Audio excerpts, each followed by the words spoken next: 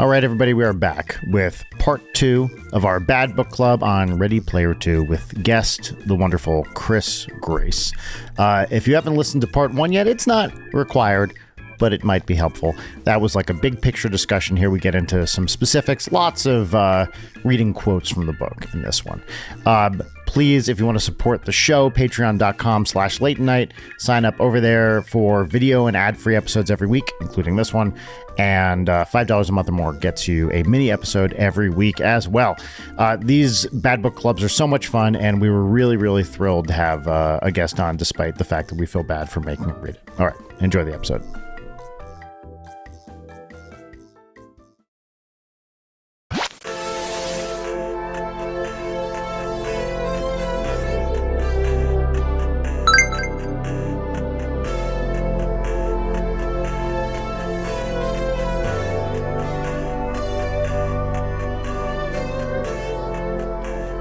Welcome back, folks. everybody. No, Please, go ahead. Leighton. No, please. Go ahead. No, I insist. Welcome back, all right, everybody. Folks, it's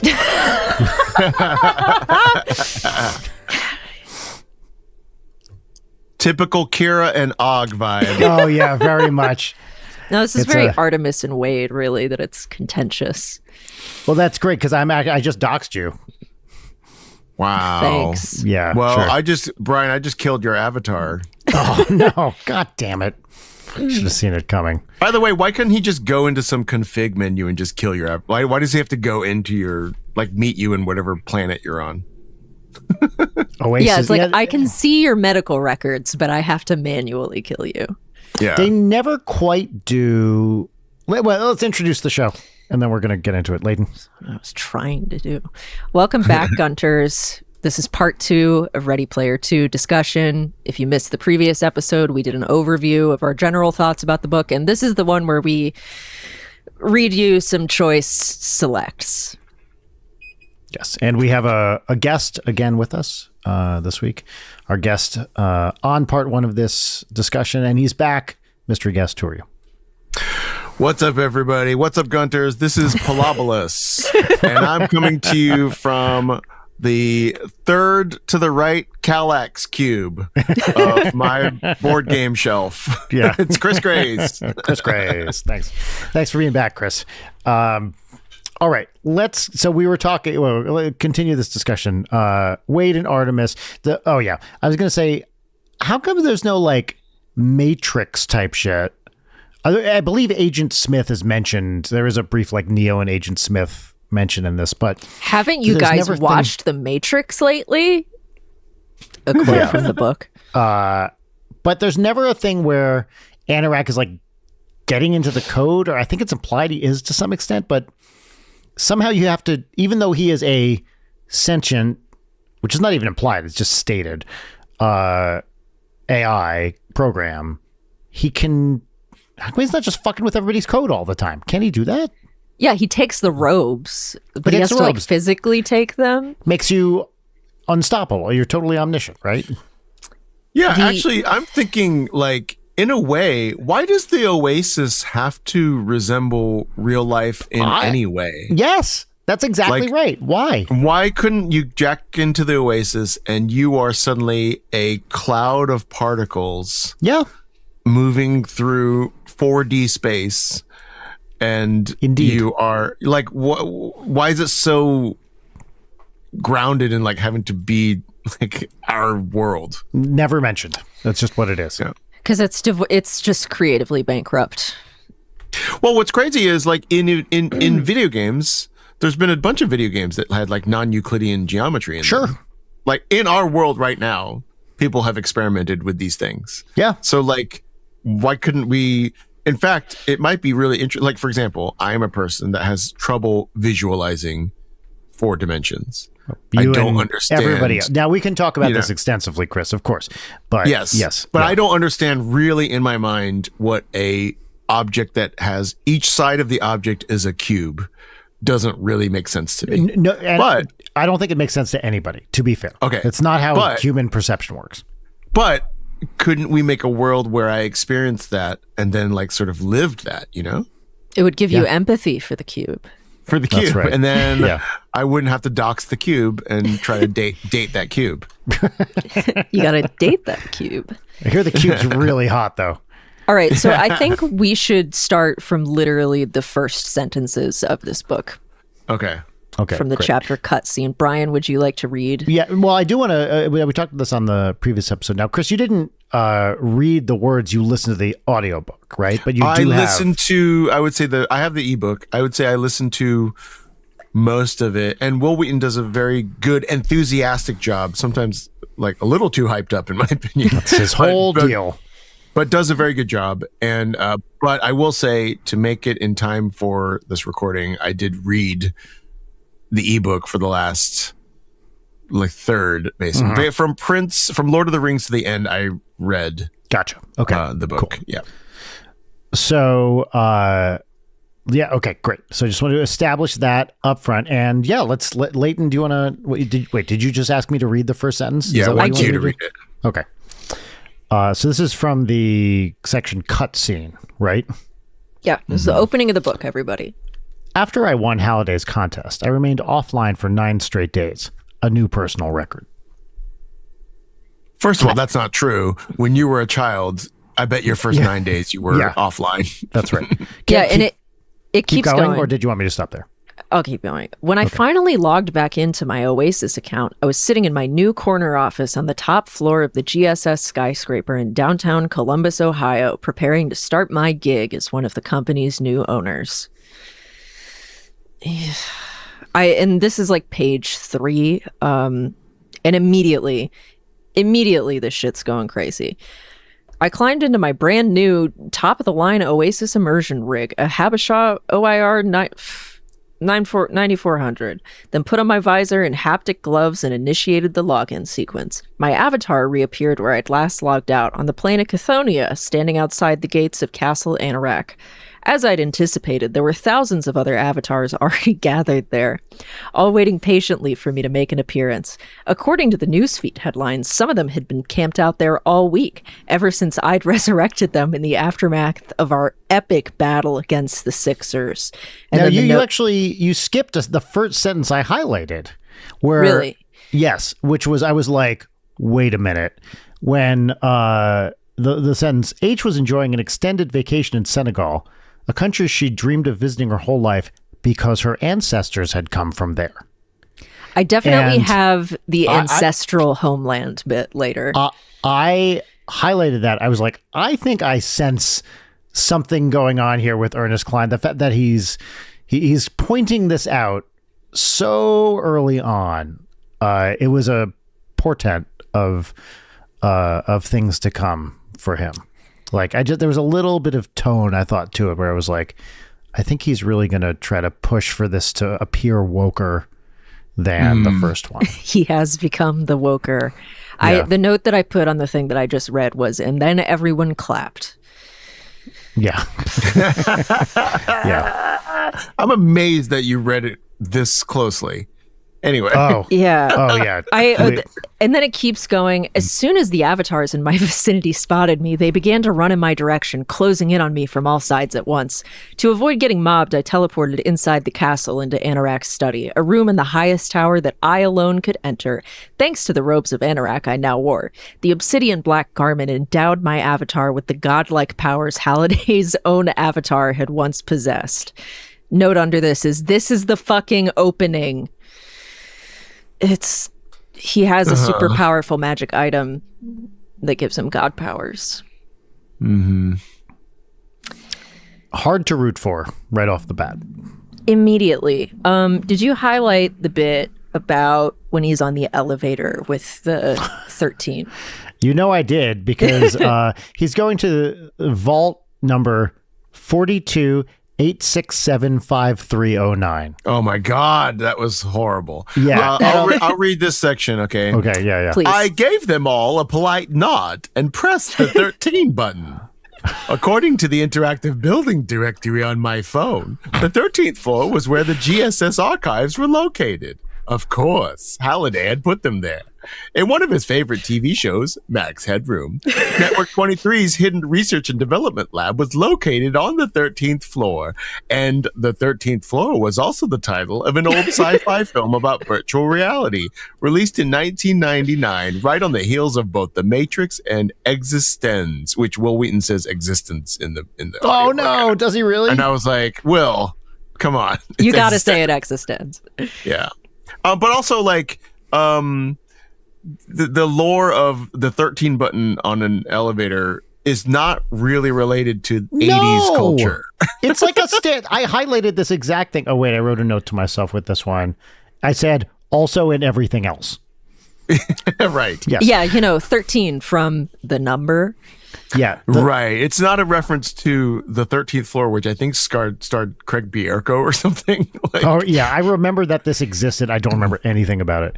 But this is right off the bat. We're like in territory because we're brain dumping or info dumping this as if it's a reference when it's just a thing that happens in the world. It starts doing this thing, which happens throughout the book, where he's not content to just make the reference and essentially do the Gunter thing of having the reader like see the reference, and if they're in the know, they get it. He immediately has to tell you exactly what the reference is from, and then also treats every reference like it's a joke. So there's a ton of like saying a reference and the other character laughs, but then explaining exactly where the reference is from. I wanted to talk about this in the last one. We'll get there, but the number I actually wanted to. Not wanted to, but I was debating going through and highlighting every time someone said something and then they all cracked up. Yes. Which happens about 50 times in this book when nothing funny has happened. There is nothing in this book that even came close to being genuinely funny. And yet there are many, many, many lines that are presented as jokes, as if they are jokes being told to people, and then people are busting guts, they're slapping thighs, like it's dire. They're impressed. There are many times where it's like Artemis was impressed. Yes, we got to keep going on this. Snort 13. laughed. Yeah. Anyway, I thanked the guard and told him he could go as I scanned the doors. There it was, number 42, another of Halliday's jokes.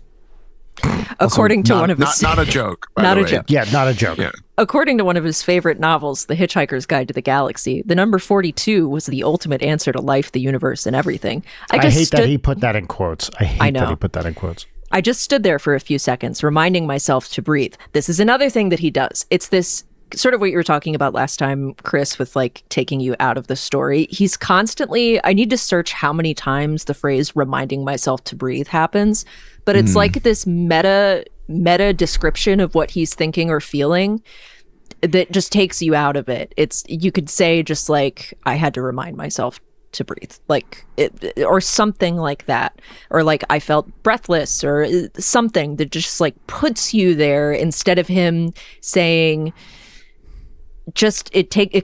I'll finish this. Then I punched in the 7-digit combination from the egg's inscription into the code pad beside the vault door, 8675309, a combination no self-respecting Gunter would have trouble remembering. Jenny, I've got your number. I need to make you mine. And then my note on this was just, please kill me. This is on page 5.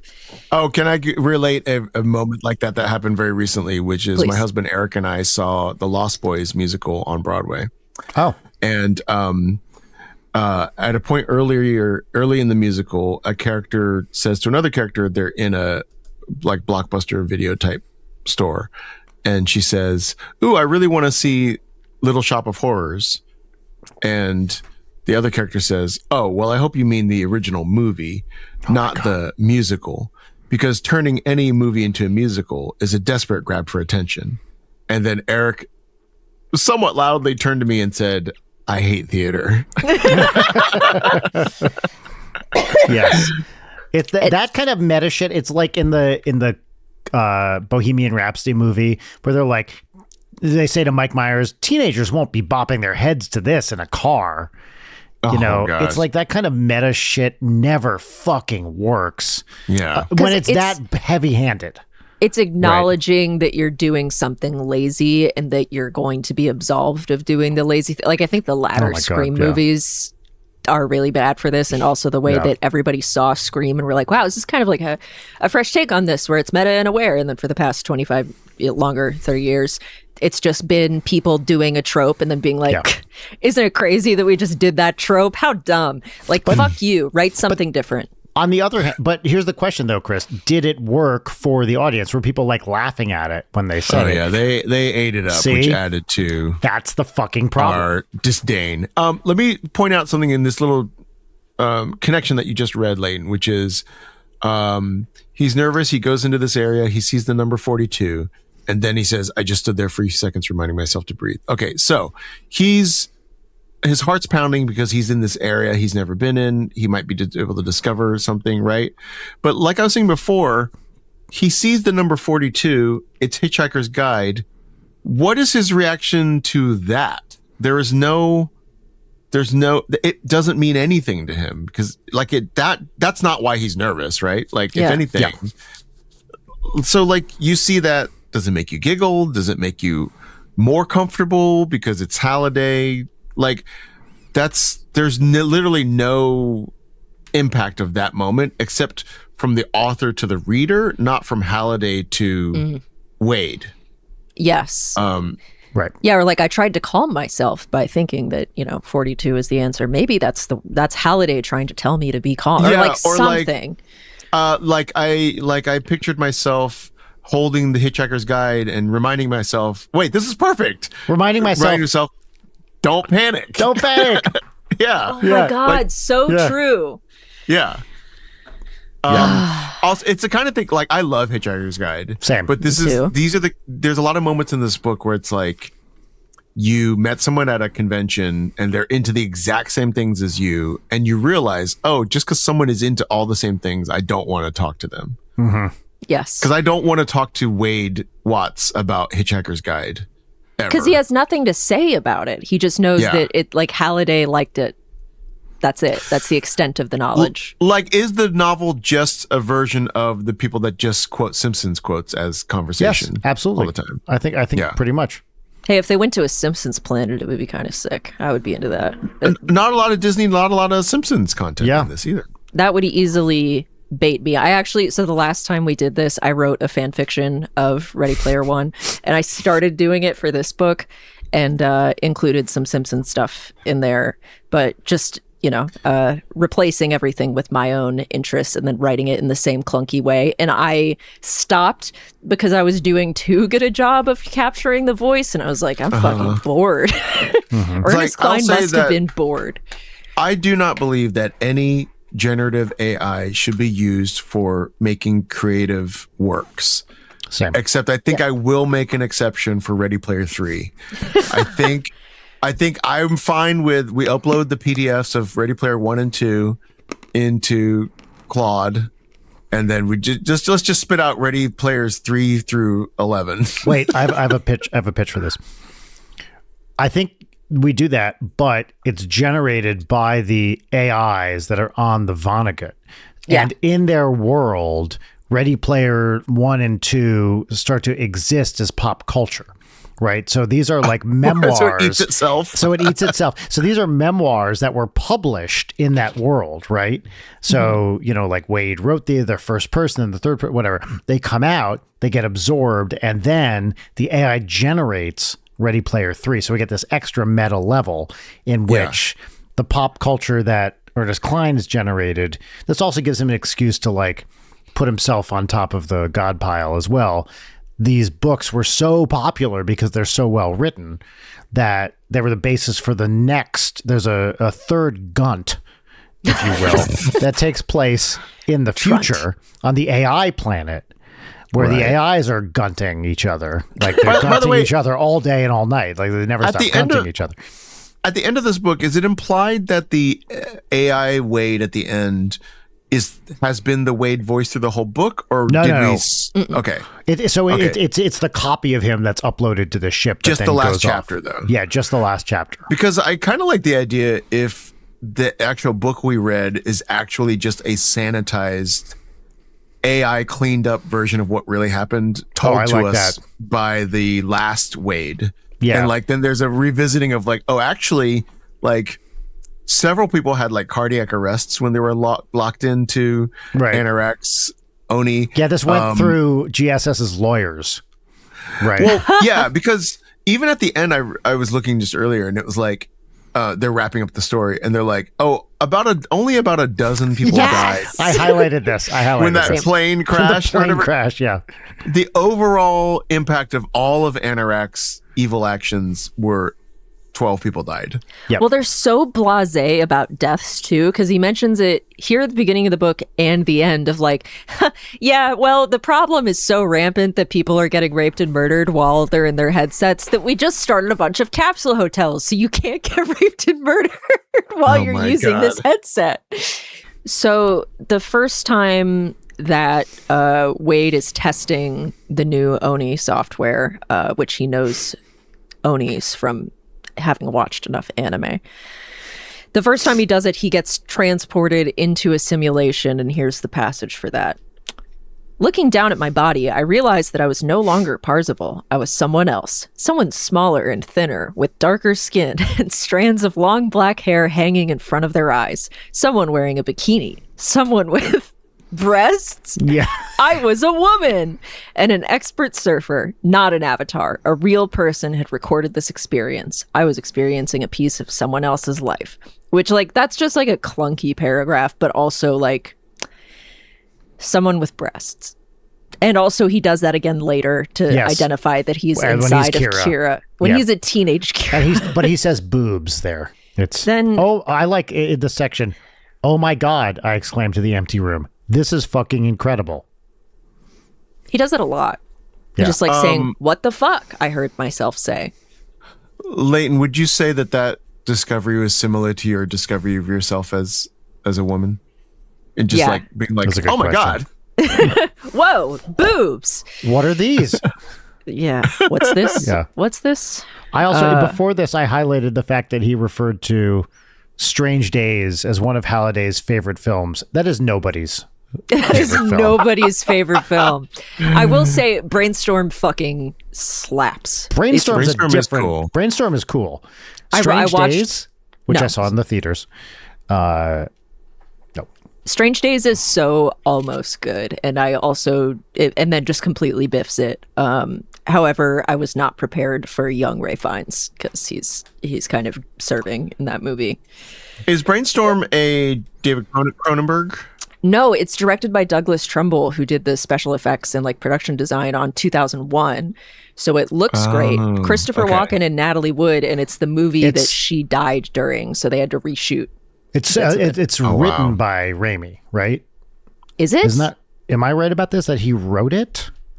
Maybe I think I'm actually thinking of something else. All I remember is I was scared of this when I was a kid. Brainstorm, the trailers, and I just remember I never saw it, but I remember that. Or did I see? I maybe saw. I have a memory of it being cool because maybe I saw it as an adult, but I remember as a kid I was scared. But I remember they would be like, "You could go on a roller coaster." And not actually be on the roller coaster. That's all I remember. I was thinking of Crime Wave. Oh. I'm just wrong.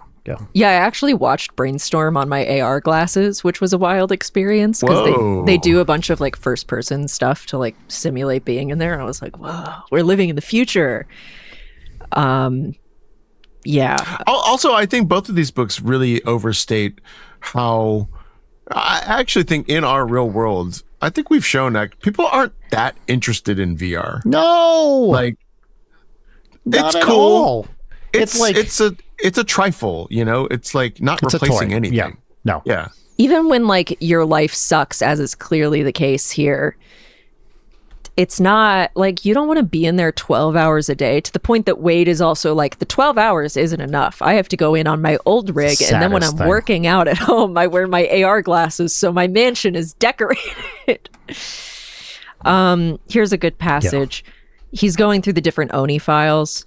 I stopped when I reached a series of files with names like sexmf.oni, sexff.oni, and sexnonbinary.oni. I like that it's why would it be it's two people, then two people, then one. But also, why wouldn't it be sex NB? Right. Also, I like to Also pronounce that. sexmophony. New Trey album title. Yeah, indeed. Oh wait, there is no. By the way, there's no sex M-M. No, there is not. No. Yes. MFFF files like though. Yeah. I don't believe for a second that he wouldn't open those files. No, of course not. He just lost his virginity. Anyway, the paragraph. That's the next sentence. The paragraph continues. I wasn't ready for any of that. I was still truly, madly, deeply in love with Samantha, and I was still reeling from losing my virginity to her just a few days earlier. Now, see, I think this was actually Ernest Cline's autobiography just pumping. Okay, wait, yeah.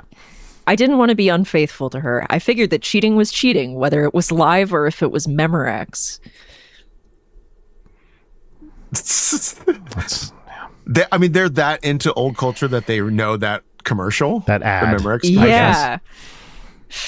Because Halliday mentioned it once in his blog. But like, what about their? Because he's what? Wait, this is right after book one, right? That we haven't had the time. He's like late teens, I guess. Okay, so is there any of their own culture going on at this point? No, because all of their, according to this guy, all culture is just going through. This is what we were saying before. No one's creating new shit. Like, it's crazy. Yeah. Here's this is a big lore dump. This kind of sets it up, but we talked about this in the last episode, but you really need to hear the paragraph to get the full scope of this. So he's discovered the Oni. And now my friends and I had inherited this invention. It was ours to bury or to reveal. We didn't make our decision lightly. We weighed all of the pros and cons. Then, after a heated debate, the four of us held a vote. The ayes had it, and just like that, we changed the course of human history forever.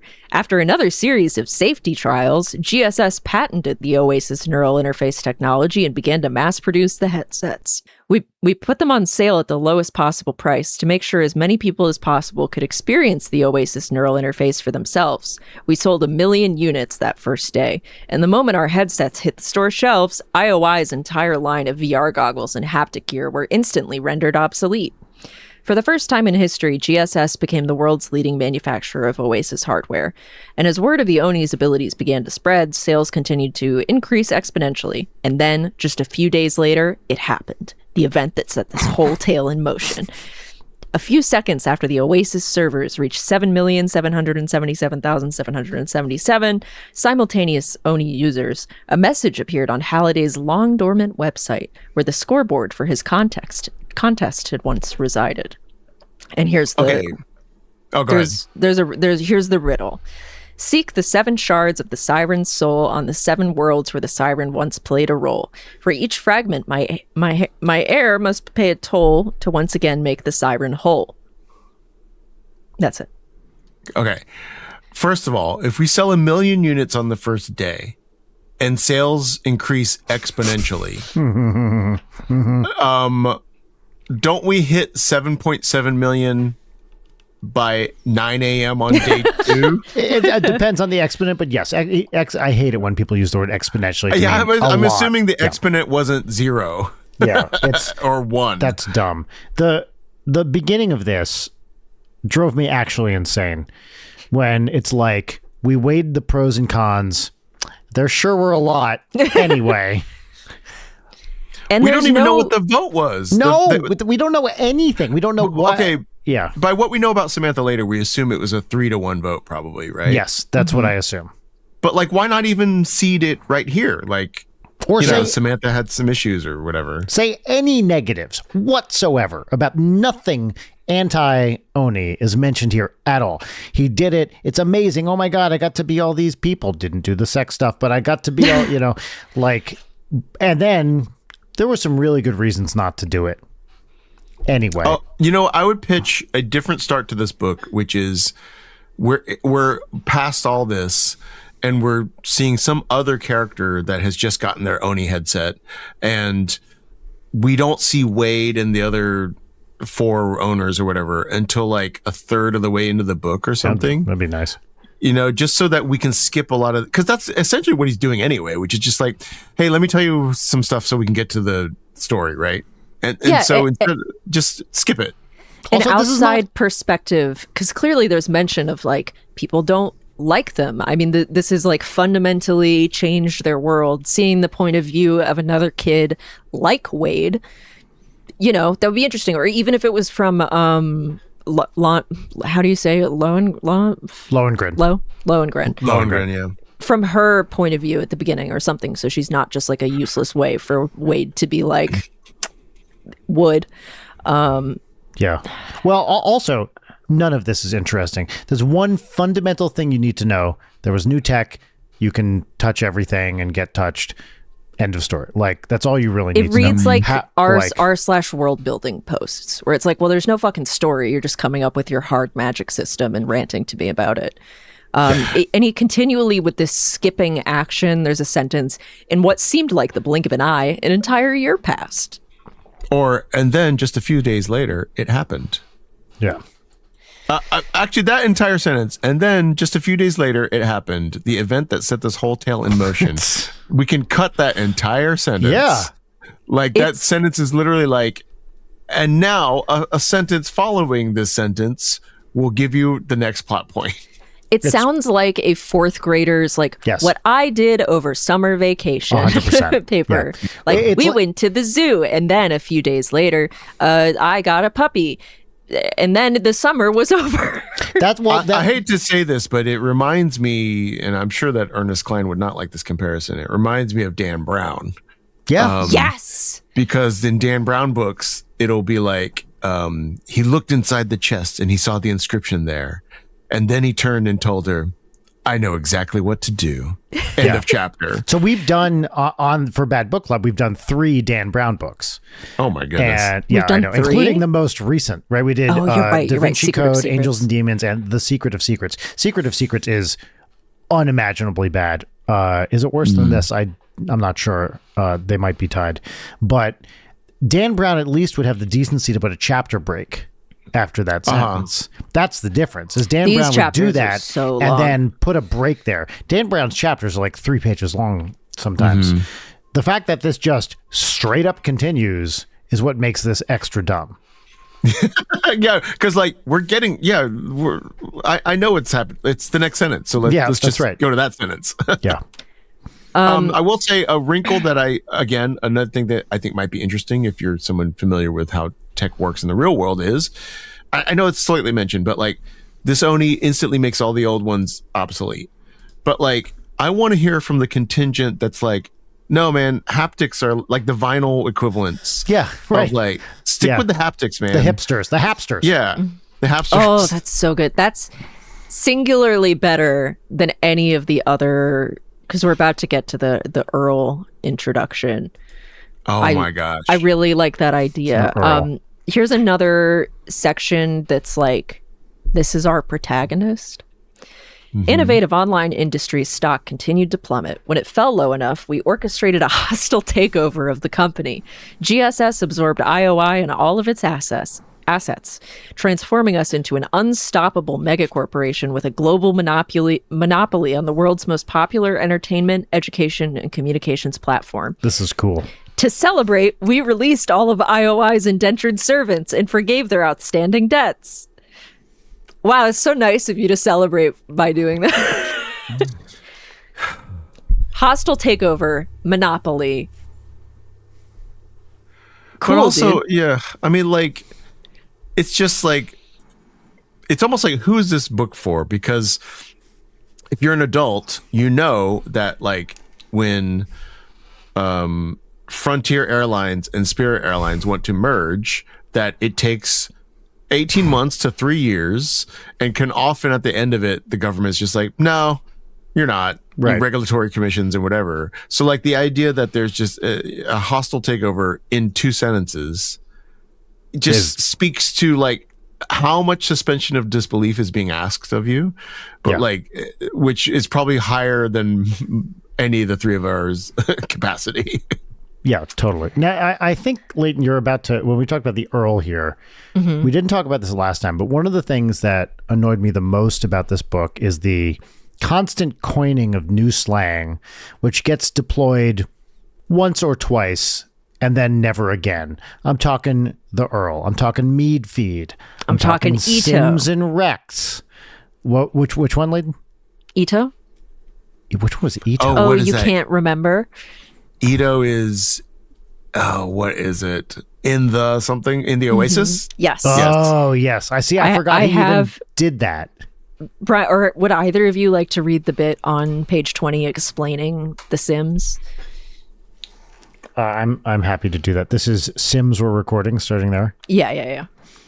This is, by the way, one of the most highlighted sections of the book, which is what Really? if you have. Oh. Yeah, if you have the Kindle version, it tells you. You see dotted lines underneath as this is one of the most important sections that people highlight. Well, it could be people being like, "Can you believe this shit?" Which is what all of mine are. That's absolutely right. Sims were recordings made inside the Oasis, and Rex were Oni recordings made in reality. Except that most kids no longer referred to it as reality. They called it the Earl, a term derived from the initialism IRL, and Ito was slang for in the Oasis. So Rex were recorded in the Earl, and Sims were created Ito. Right. What is this doing? This is doing nothing. It's masturbation. This entire book is you could crack it in half. There's a parenthetical. For a brief time, some of the younger, more idealistic shard hunters referred to themselves as shunters to differentiate themselves from their elder counterparts. It's been like 3 years. Calm down. But when everyone began to call them sharders instead, they changed their minds and started to call themselves gunters too. The moniker still fit. The 7 shards were Easter eggs hidden by Halliday, and we were all hunting for them. Yeah. Now, actually, somewhere around there, this is on page 21 for me. There's something else. It's actually relevant to what we were talking about before. I'm going to start reading with the section that starts with "and me." Okay, before you do that, Brian, Yes. I just want to point out that I did a search. The Earl is mentioned 2 more times. The latest time it's mentioned is chapter 2, and Rex, RECS, is mentioned 2 more times. Once in chapter 2 and once in chapter 13. Yeah. You know what? Can I ask you? I already did this search, but I don't want to get away from where my highlights are. Search for the beginning of the word terrifying. Just not the whole word. Yeah, because there are variations. You mean like this? There were a terrifying sight. There was a terrifying wake up call. Morgoth was even more terrifying. A few terrifying seconds later, it was utterly terrifying. That was utterly terrifying. It was even more terrifying. Her words sounded utterly terrifying. So utterly terrifying by itself. Yeah, there's the last 3 instances of terrifying are like preceded by utterly. Utterly terrifying. Crazy. Because he repeatedly says like, I was terrified, but we don't. I mean, No. I think one of the things, if we're emphasizing how real the Oni feels, he should be able to feel like, I don't know, my palms The were hairs sweaty. on the back I of my felt, neck. stood up. yeah, Yeah. I had a pit in my stomach. Whatever. Like, tell me, show me that you're terrified. Don't just say, or use at least a synonym for goddamn once. By the way, since there's no pain there, does that mean you could like step on a knife and just be like, okay, well, my foot just got cut off? Yes, And I guess so, I right? didn't notice. Yeah. Sorry, Brian, you were going to read? Were you going to read? Yeah, I something? was going to read this section. Okay. And me? All my dreams had come true. I'd gotten stupidly rich and absurdly famous. I'd fallen in love with my dream girl, and she'd fallen in love with me. Surely I was happy, right? Not so much, as this account will show. All right, so this is being written by him. This is a first-person account. It's a journal. It's a published. I don't know how it's being put out there, but this is a thing he's writing. Later in the book, we switch to a different narrator. So what's you have to answer a question of what are we actually reading They email here? each other, Brian. I guess, but is he emailing this thing? Like there's some kind of, you can switch narrators. Who cares? It happens all the time. But there's some kind of fundamental, he just throws as this account will show in. There's some lifting being done by that I think is not explored or followed through on literally at all. Well, there's by like the a rest of this worse. book. There's a worse offender here. Another year passed. Then just a few weeks after the 3rd anniversary of the Oni's launch, it finally happened. An enterprising young Gunter led me to the first shard. And when I picked it up, I set in motion a series of events that would drastically alter the fate of the human race. Yep. As one of the only eyewitnesses to these historic events, I feel obligated to give my own written account of what occurred so that future generations, if there are any, will have all the facts at their disposal when they decide how to judge my actions. Guess what? By the end, the only judgment he assumes anybody would come to is like, good job. Yeah, 100%. Can one of you read the bit that starts with like Marty McFly? Oh, yes, I will read this. Please. Thank you. This is the start of chapter 0001. Chapters never go beyond double digits, by the way. It's gamer elite speak. Yeah. Like Marty McFly, I woke up at exactly 10:28 a.m. to the song Back in Time by Huey Lewis and the News. I'd like to replace this with, like Bill Murray's character from Groundhog Day. I woke up at exactly 9 to the song Hey, I Got You, like it's functionally the same sentence. Yeah, that's right. This was courtesy of my vintage flip clock radio, a Panasonic RC6015, the model Marty owns in the film. I'd had it modified to play the same song at the same time Marty hears it after he finally makes it back to the future. Of how far do you want to go? I threw back the silk sheets of my king-size bed and lowered my feet. What? To the preheated marble. He's like, he's a robot already. This is the most Dan Brown opening. Yeah. Keep going. Honestly, keep going. Oh, the house computer saw that I was awake and automatically drew back the bedroom's wraparound window shades, revealing a stunning 180-degree view of my sprawling woodland estate and of the jagged Columbus skyline on the horizon. Okay, where in Ohio is this? I still couldn't quite believe it. Waking up in this room to this site every day. Not long ago, just opening my eyes here had been enough to put a grin on my face and a spring in my step. But today it wasn't helping. Today I was just alone in an empty house in a world teetering on the brink of collapse. And on days like this, the 4 hours I had to wait until I could put my Oni headset back on and escape into the oasis stretched out in front of me like an eternity. My gaze focused on the gregarious Simulation Systems building, a shining arrowhead of mirrored glass rising from the center of downtown. GSS HQ was just a few blocks from the old IOI skyscraper complex, where I'd briefly been an indentured servant. Now it belonged to GSS 2. We turned all 3 buildings into free body locker hotels for the homeless. You can probably guess which one of the 4 of us spearheaded that initiative. See, I thought that was going to be a breakdancing thing. The first. woke one.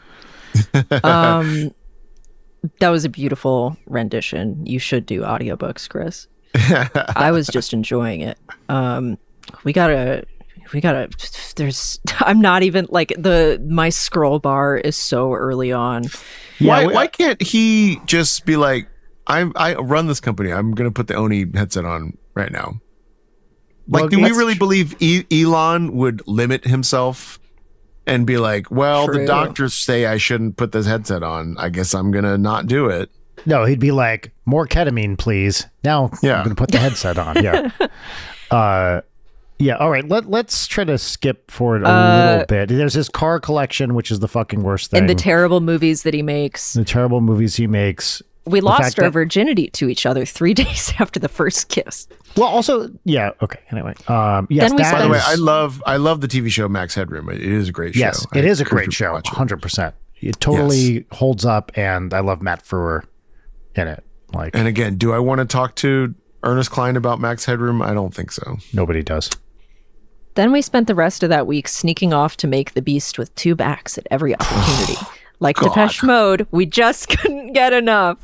Oh, so actually, I have a story about this. I was reading this book, and I had highlighted that part, and Audrey came up and like behind me while I was reading it. She's like, "What's the beast with 2 backs?" Oh my god! And I was like, "Why is this one of the very few sentences of the book that I didn't want to have to explain to her?" And I mumbled but also, something why would like, Beast with 2 Backs is not an 80s no, it's Shakespeare thing. So why would Wade refer to anything this way? Yeah, and he doesn't give a shit about anything prior to or after the 80s.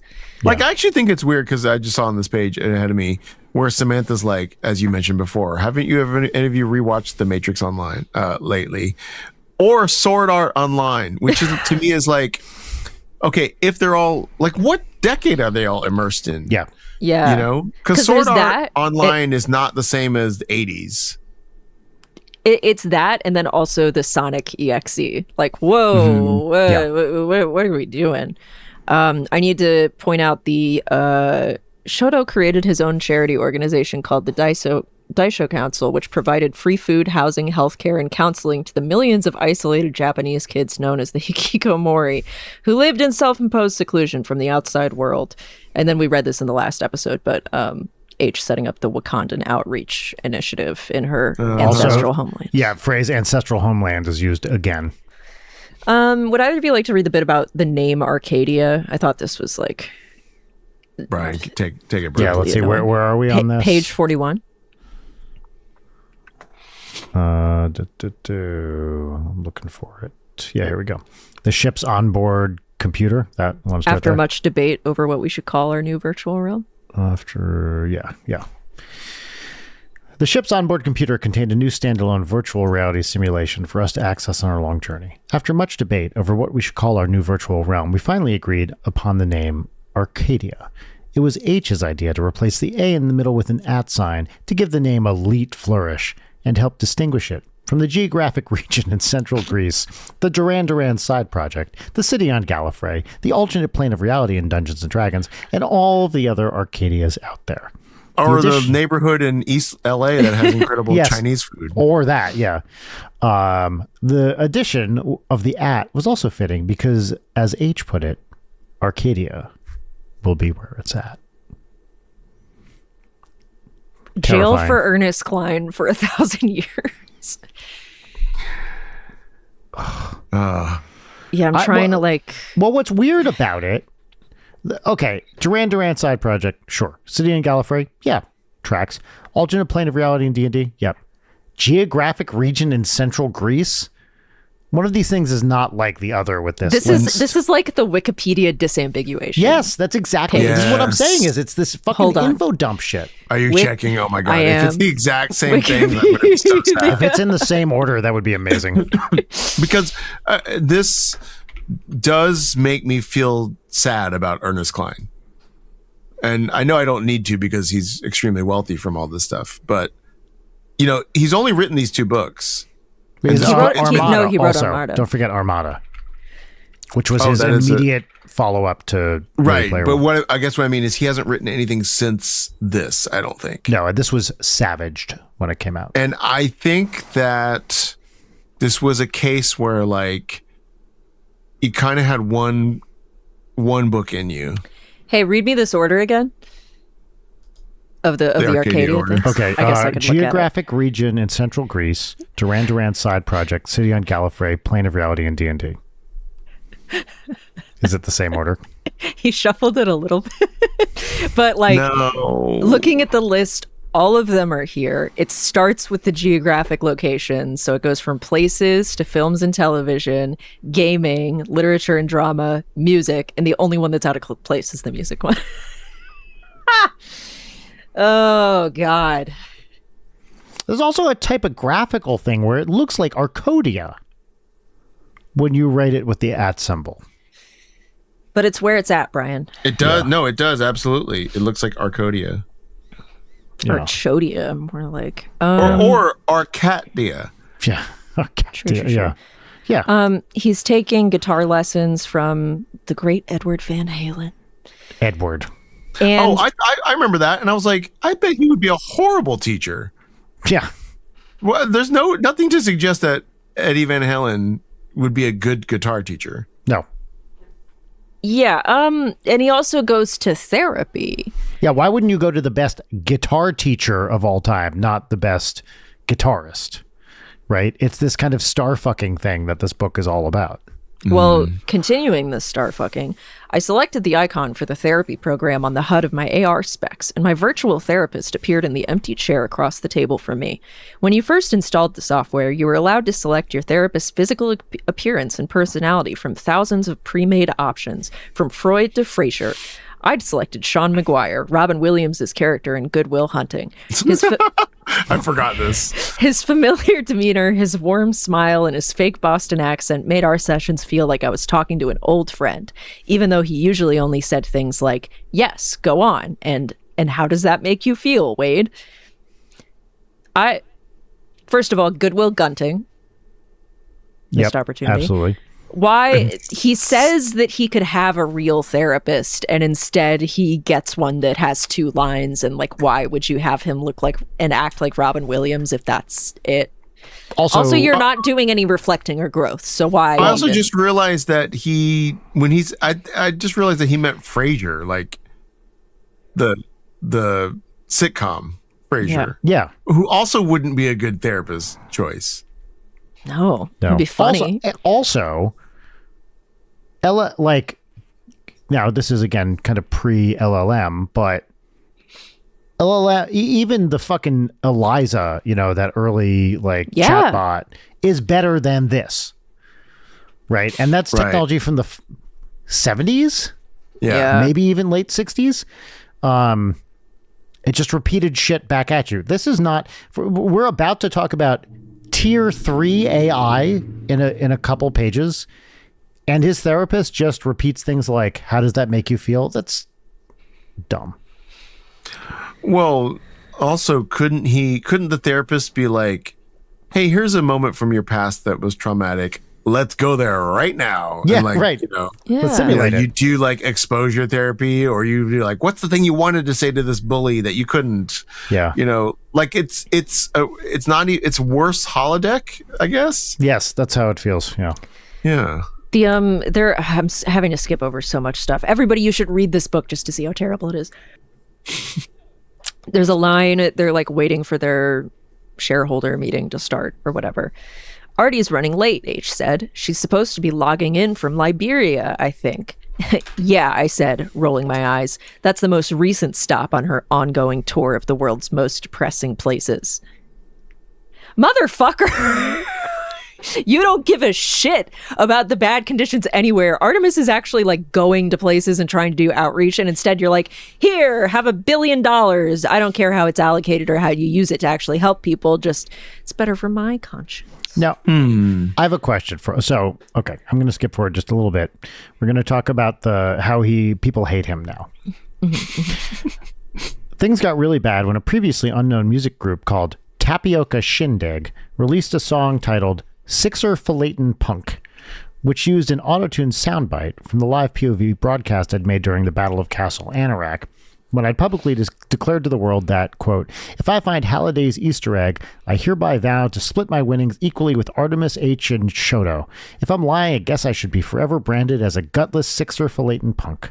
But they only took the last part, so the lyrics of the whole song were just me singing, I should be forever branded as a gutless Sixer Falatin' Punk over and over. The song instantly went viral. It was Tapioca Shindig's one and only hit single. They posted a music video to the OnlyNet that racked over 1 billion downloads before I had it taken offline. Then I sued the band for defamation and bankrupted each of its members, which of course only made the public hate me even more. Now I have a couple questions. First of all, this is nuts. Do you think it is a secret message from Ernest Klein that the band name Tapioca Shindig has the phrase cash in it? Ooh. Maybe. Cash in, dig. Yeah, right? Wait. Tap IO. Tap your input output. Yeah, cash and in, then cash in. dig. Those are the three steps to wealth. Also, I think it's cute that in this world people are downloading MP3s. That's true. Yeah. But wait, of a music video. They are downloading 1 billion times a music video, because when you watch a music video on YouTube, how you gotta download it. Yeah, you gotta Yeah. download that shit. That's a very good point. This is our protagonist. He doesn't like a song. He's the planet's god king, who will be given the power to resurrect the dead and colonize space. And he's like, I need to sue and bankrupt these people on this earth that I already concede is really shitty because they made a song about me. Yeah. Loser shit. But again, that's also just like, and Brian, I'm sure you can speak to this. That's just like not how music publishing works. You can't just like, oh, this band wrote a song that I don't like. I sue the band, and now they all have $0. Yeah. After they, I guess you could. let's say you put up a video that you monetize on YouTube that gets 1 billion downloads, and then the next week I sue you. I can bankrupt you instantly. I doubt. I guess that. you get all the. No, I mean, I guess the defamation. Can you bankrupt someone for defamation? Also, yeah. I don't know. If you're Wade Watts, I guess I forget. I can't find it, but and it doesn't really need to be read. It's just more of the same. But anybody who talks shit on him, he kills in the game and takes all their shit. Well, also right just below what you just read. Yes, I knew the haters' opinions were utterly meaningless. No, actually, they're pretty spot on. Like you did a revenge thing on a band that you couldn't handle one song that was criticizing you. That's not a meaningless hater opinion. That is a valid criticism of your behavior. Yeah. So we get into the Lohengrin bit. We should talk about this. This is a good thing to talk about because we haven't really talked about it too much. So she's a YouTuber with, what is it, like 50 million subs or something? Something like that, yeah. But he has this quote from her that feels like a direct rebuttal to critics because he likes how this quote really sets her up as a positive voice in the space. Some people define themselves by railing against all of the things they hate, while explaining why everyone else should hate it too. But not me. I prefer to lead with my love, to define myself through joyous yops of admiration instead of cynical declarations of disdain. Brian, when you hear yop, do you think of the moment in Breaking Bad? No, I think of Dead Poets Society. Oh, because I'm a Gen Xer. So true.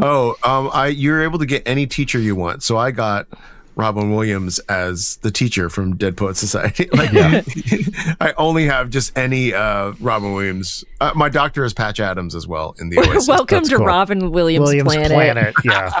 My mom is Mrs. Doubtfire. Yeah. Jeannie is my personal assistant. Now that would have been somewhat interesting had he gone to Robin mentioned Williams like John Planet. Candy having 5 roles in John Hughes movies. Just go to John Candy Planet. It's Candyland. I would absolutely go to Candyland. Or if one of the planets is corrupted somehow, like it's glitchy or something's whatever. Anyway, so getting into this fucked up thing. My appreciation for Lohengrin and her show may have been slightly colored by the fact that I developed a mild crush on her. She was cute, smart, funny, and fearless. She was also a vocal high five superfan. Her own Gunter clan called themselves the Low Five. Most flattering of all... was a 0. Yes, thank you. Most flattering of all, her avatar's name was a not-so-subtle tribute to my own, because in several German versions of the King Arthur legend, Lohengrin was the name of Parzival's son? Which also, interesting choice for the trans character, girl. Lohengrin had proven herself to be a loyal fan, too. Her support of me hadn't wavered over the past few years, despite the disastrous PR decisions I'd made. And she didn't seem to care about the army of Parzival haters who attacked her on her mead feed every time she mentioned me on her show. So what happens after this is that... By the way, at this point in the world, people just call those feeds. Right. People have been calling social media the feeds for 10 years by the time this book is I would like to written. interrupt with this. Mead feed, the king of the feed. You see her rucking that feed from across the street. That's the kind of 80s reference you need in this book. Yes, 100%. Yeah. So he eavesdrops on a chat room between Lo and her friends. Like he just uses his magical powers to invade their privacy. And it's fine that this is a surveillance state, actually, which nobody knows that. It's fine because he needs to do it to also stalk his ex-girlfriend, but this too. I suddenly felt like a jerk for eavesdropping on their conversation. So I logged out of the chat room and resumed control of my avatar back inside Ogg's basement on Middletown. But I was still invisible, so Lohengrin couldn't see me. I stood there for a few seconds, staring down at her avatar, pretending to wrestle with my conscience. Then I went ahead and pulled up Lohengrin's personal private account profile to find out her real-world identity. I justified violating her right to privacy as an Oasis user the way I always did, by telling myself it was necessary.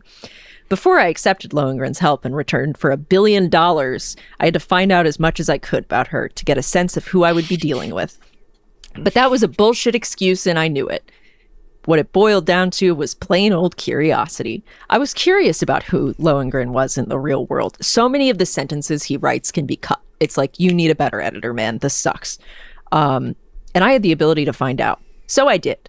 Lohengrin's real name was Skylar Castillo Atkins. According to her private user profile, she was an unmarried 19-year-old Caucasian female, and she lived in the Duncanville, Texas stacks, a sprawling vertical slum near the apocalyptic epicenter of the DFW Metroplex. It was an even rougher neighborhood than the one I'd grown up in. Since I'd already violated her privacy, I decided to go full-on Big Brother and have a look at her headset feeds.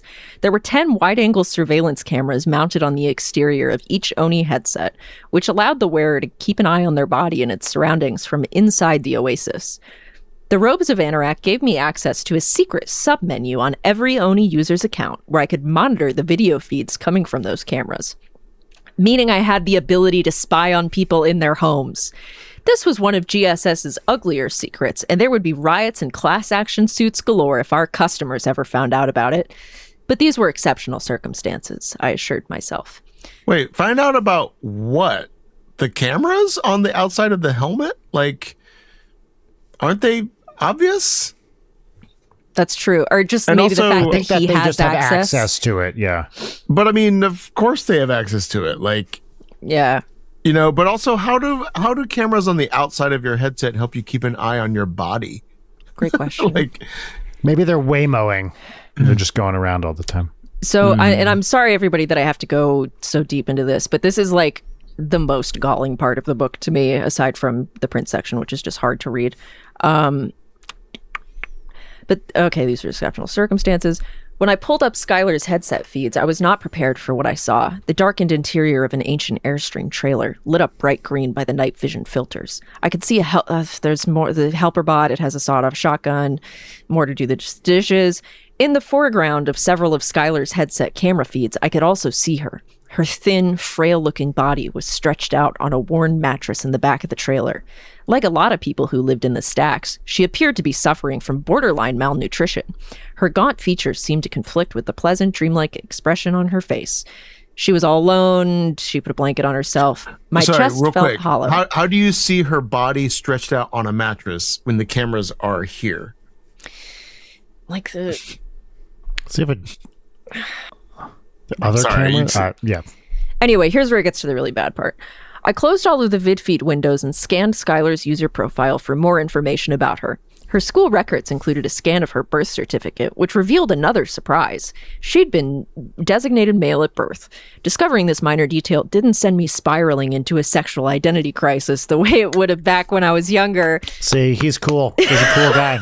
Oh, say, can you see by the dawn's early... Congratulations, Wow. Wade Watts, for Thanks. not committing a hate crime at this moment. Thanks to years of surfing the Oni net, has he always been calling it the Oni net?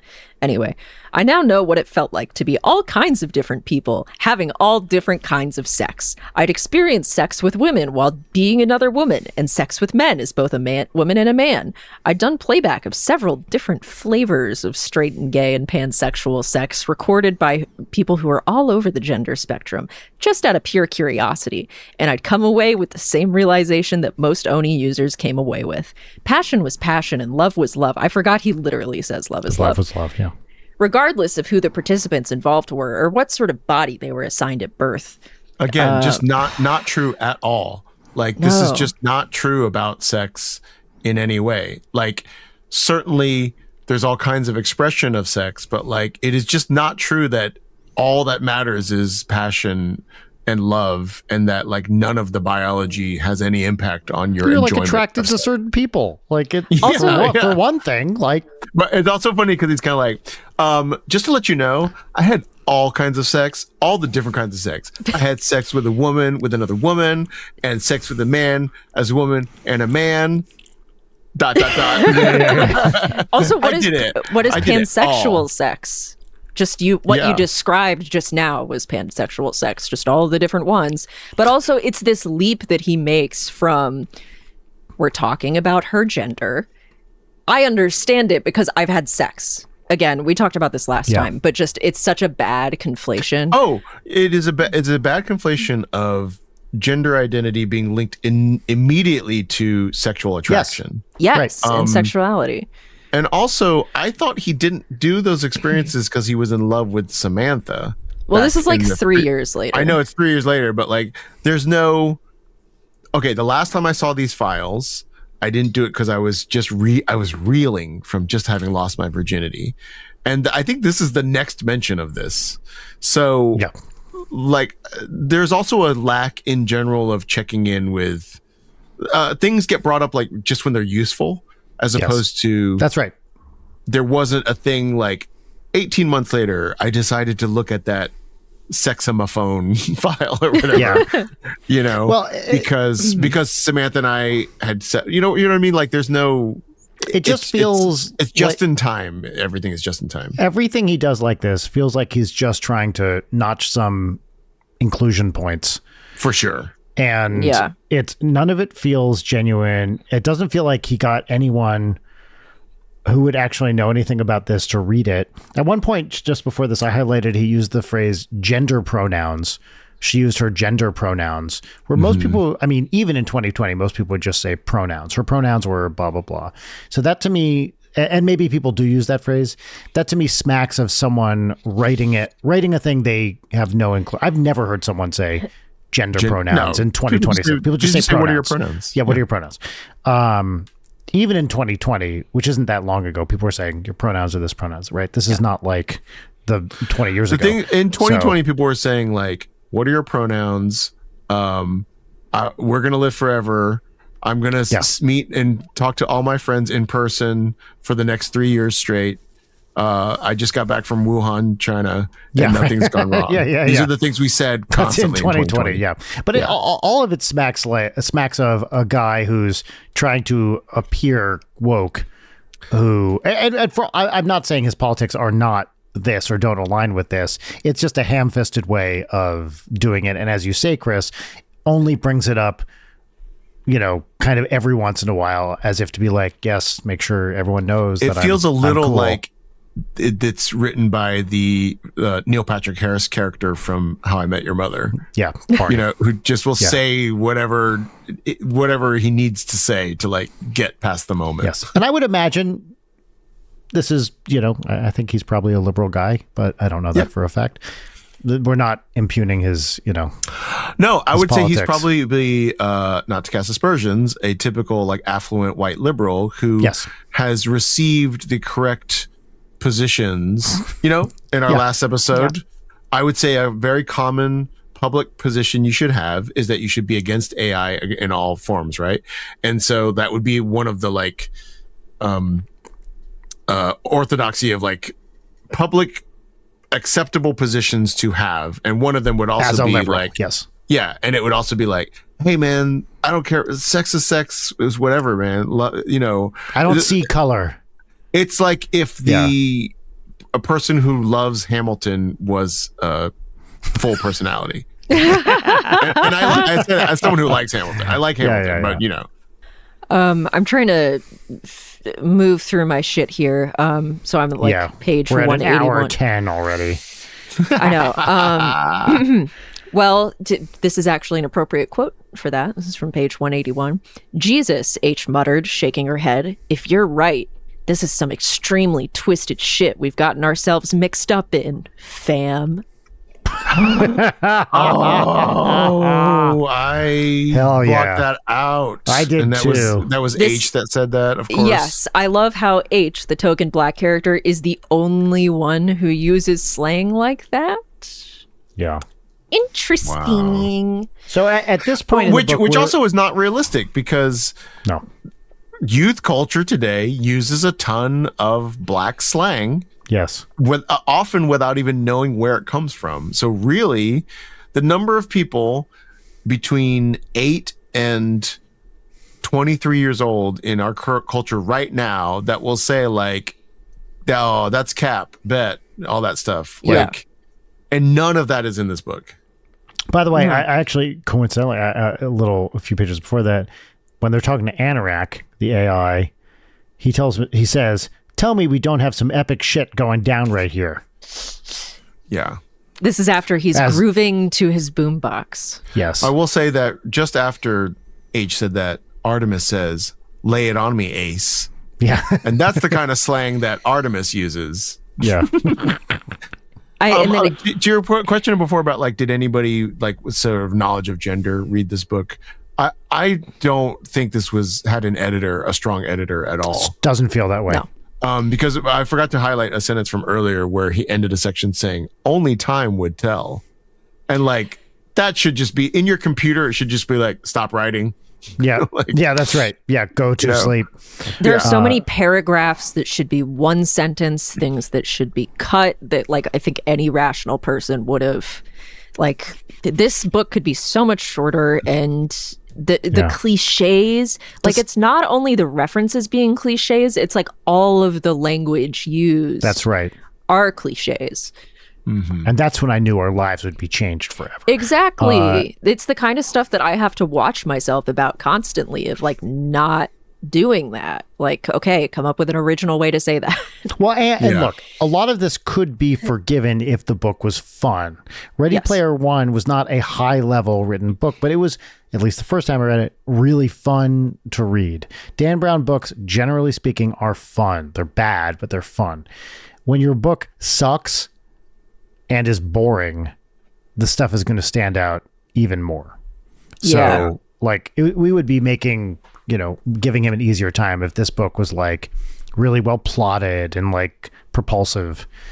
Or if there were some puzzles where you go, like, oh, that's cool. But, like, as soon as there was some puzzle that was, like, recast the fowl, I literally was like, does that mean fowl, like FOWL? Like, as I'm reading it, I was just like, is it a chicken or something? Yep, but there's also like no reason for the other side, because if you're going to do that, it kind of does have to make sense. If you're doing like a homophone, it's like within the context of this, the fowl doesn't necessarily, it makes no sense. 100%. Yes, yes. As written, it's like when people do like wordplay or double entendre jokes, and you're like, but the regular entendre doesn't make sense. Yes, it's a single entendre. The puzzle, I've talked about this at length on our show over the years, but puzzles in pop culture are almost always terrible. It's one of two things. They're either so obvious that you read it right away, you're like, I know what that is, or it relies on you fundamentally not knowing something that is only revealed later, and then you're like, oh, it's that. And often it's something the characters would have known. So it's very, very, very hard, I think, to do puzzles in media well, because it's just not, like watching someone solve a puzzle is not an interesting process. So it's like doing, like it's hard to put basketball into a movie without it looking bad, or improv shows. Oh, yeah, that's right. Because there's some or when people do stand up in a TV show. Yeah, that's right. It never looks right. It never looks right. No. And it's and a bit of that is ignorance of what it's actually like. And a lot of it is, it's just like, a lot of this is just failing over and over and over and over and over again, which is fundamentally boring to watch, right? You don't want to watch someone not sink a basket most of the time. Like, you do a couple of those, like, all right, I get it. You don't want to watch someone think about a puzzle and be like, well, that's confusing. It sucks. Yeah. What does this sentence mean? Shermer was Hughes's post-adolescent paracosm, a private fantasy world that he created and populated with his imagination, adding to it throughout his life, his own suburban Midwest equivalent of Tolkien's Middle-earth. I mean, I know literally what that means, but like, why would you ever refer to the John Hughes universe as being a private fantasy world that's like Middle-earth? Yeah. And a paracosm. Paracosm is above Chicago. the grade level for Ernest Cline's writing. Yeah. I think it's because Middle-earth is going to come back. I think that's the only reason. For sure. But like, a collection of memories about the town where you grew up, I don't think is equivalent to Middle-earth. No. Yeah. An elaborate fantasy realm that you could, Right, like a set of movies that are filmed in like your neighborhood as a kid, where the characters went to museums that you went to and stuff. It's just a fundamentally different level of invention, almost zero invention, as opposed to creating all of Middle Earth. And its languages from scratch. Yeah. On the Prince planet, I don't want to read this whole thing because it's going to take too Was there long. anything before we got to Prince? Could you read all of both Prince planets starting now? Let's talk about the John Hughes things just for a hot second, because it was really bad. I mean, this was like, I think the first time I texted you. I mean, I texted you early on, Layden, to be like, ooh, this is going to be rough. And then when we're on the John Hughes planet, the foul thing, Chris, as you point out, pissed me off, because it's like, all right, well, that was going to be a homophone. It was very obvious, and it also doesn't work. And when he starts barfing out... But by the way, it doesn't work also when a character says it out loud, but I guess they do see the word of it. It's but written on the shard, But then it's not... Yeah, and they're talking about it. That's what I mean. Then it doesn't work. If you wrote it out, it doesn't work. It only would work if it was being spoken and he heard it. Mm-hmm. And also that you couldn't write it into a novel because you'd have to decide how to spell it. Yes. Or, I mean, you could say something like, we heard the word, like, I guess you could hedge that a bit. Yeah. Right. And then we realized, what we heard as FOUL was FOW. Okay. I could imagine but that. this is this is like... It's you'd printed. have to have a character. You'd have to have a character say it, I guess. But Yeah, like, do you homophone. mean with a U or a W? Yeah. Like, there you go, easy. Right. And this is like, I will say, it's like a movie which I love, which is The Conversation. Yeah. So good. We're having lots of conversation mentions in the past Yeah. few Oh, really? weeks. Yeah. I love that I got movie. the like limited edition Oh, version. nice. It's the best. However, and I love The Conversation. I think it's a great movie. However, at the beginning of the conversation, you hear something, and it's like, ooh, they said this thing. And at the end, it's like, oh, I heard it wrong. And then when they play it at the end, it's different than what you heard at the beginning. Which you could argue maybe that's also a reflection of like how the human brain heard it, right? But it is not, unfortunately, like the exact same audio clip. So that you could be like, oh, I fucked up too. It's actually like, oh no, the director sold me a version of it and then changed the version. Yeah, I thought he was saying Laurel, but really he was saying Yanny. Yeah. Yeah, it's like the 5 John Candies. And also... It's just the names of all the actors. I don't care. I don't need to know this. I like these movies. I grew up with them. I love John Candy. I like Paul Dooley. I'm glad Paul Dooley got a mention in this book. He's great. I don't need to see this. No one needs to see this. This is dumb. It doesn't add anything. When he finds young Robert Downey Jr., I'm not looking at the quote, but he's like, the OG Iron Man. Yeah. Mm-hmm. Yeah. Yes. Okay. I just wanted to briefly mention the There's Hughes no way thing. someone read this whole manuscript and was like, no. looks good, Ernest. No notes. Yeah.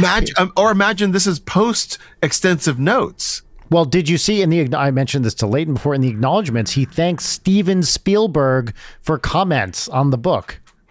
Wow. So, I mean, I can't imagine that Spielberg read this whole thing. He's a busy guy. No, I mean, but, Spielberg probably was like, yeah, I'd consider doing a sequel to this if the book's good. So we go to the Prince big if. planet. Well, part of it is that Artemis is the one who's mostly an expert on the particular, 16 candles that they're... Pretty in Pink. Pretty in Pink. Sorry, I always mix those two up. And then we go to the Prince planet where H is an expert. And there's this extremely long conversation between her and Wade where she's talking about how Bonnie Boyer playing with Prince was like an inspiration, and talking about her dad who walked out on them. And it at least gets close to the like, he left his Prince stuff behind, so that made me feel close to him. That's maybe the closest that we get to like some sort of emotional heart of connection to the media. I figured he probably would have been okay with bisexuality, or at least more accepting of it than my mother. And then it segues into more where he's talking about like Prince making the switch to being against gays. It feels so ham-fisted, shoved in here. It doesn't make sense with the pacing of the plot. It brings everything to a screeching halt on this already very long Prince planet. And it doesn't feel genuine at all. It feels like him being like, we're on the planet where it's not about a white guy being led by the one black character in the squad who's now going to give a monologue about black woman role models and her mother not accepting her for her sexuality and also her dad walking out. I told Leighton, there's when they're doing the battle and then it's down, like does something and it's down to 2 princes. I wrote a little note to myself as soon as I read that, which was, if he mentions the spin doctors, I'm going to kill myself. And sure enough, I mean, I'm still here. I'm fine, everybody. But like, it was like, you could see, it felt like he was like, watch this. And that was rough. I did want to point out, before Prince Planet, I think they're on the educational planet. There's a sentence that, which to me, or a part of a sentence, which embodies all the worst tendencies of this reference bullshit, which was, we entered Holden's Field, a large, flat, open field of rye, perched precariously on the edge of the cliffs of Salinger. Oh my God, I didn't even catch that. I didn't catch that either. Fucking dire. I'm annoyed that you brought it up. Yeah, it's the worst. It's so bad.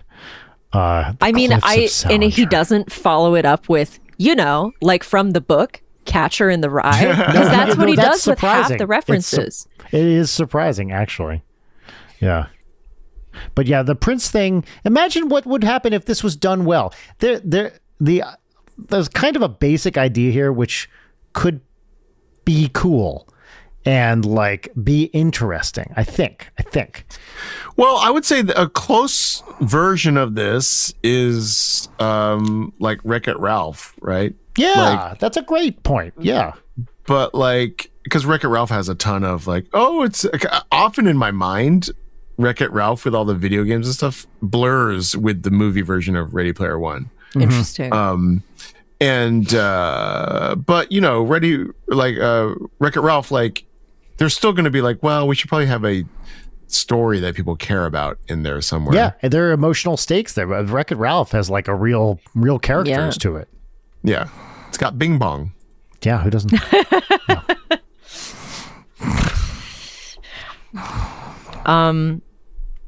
So while they're on Prince Planet, the villain from the first book, Sorrento, shows up, and he says maybe one of the only sane things a character says in this book. So it's really funny that it's coming from the mouth of the like unhinged wants revenge murderer, which is, don't you kids ever get tired of picking through the wreckage of a past generation's nostalgia? Yes, I highlighted this as well. He stretched his arms out wide. I mean, look around. The entire oasis is like one giant graveyard haunted by the undead pop culture icons of a bygone era. A crazy old man's shrine to a bunch of pointless crap. Also, the way that he writes so many characters, but like, listen for how many movie bad guy cliches are here.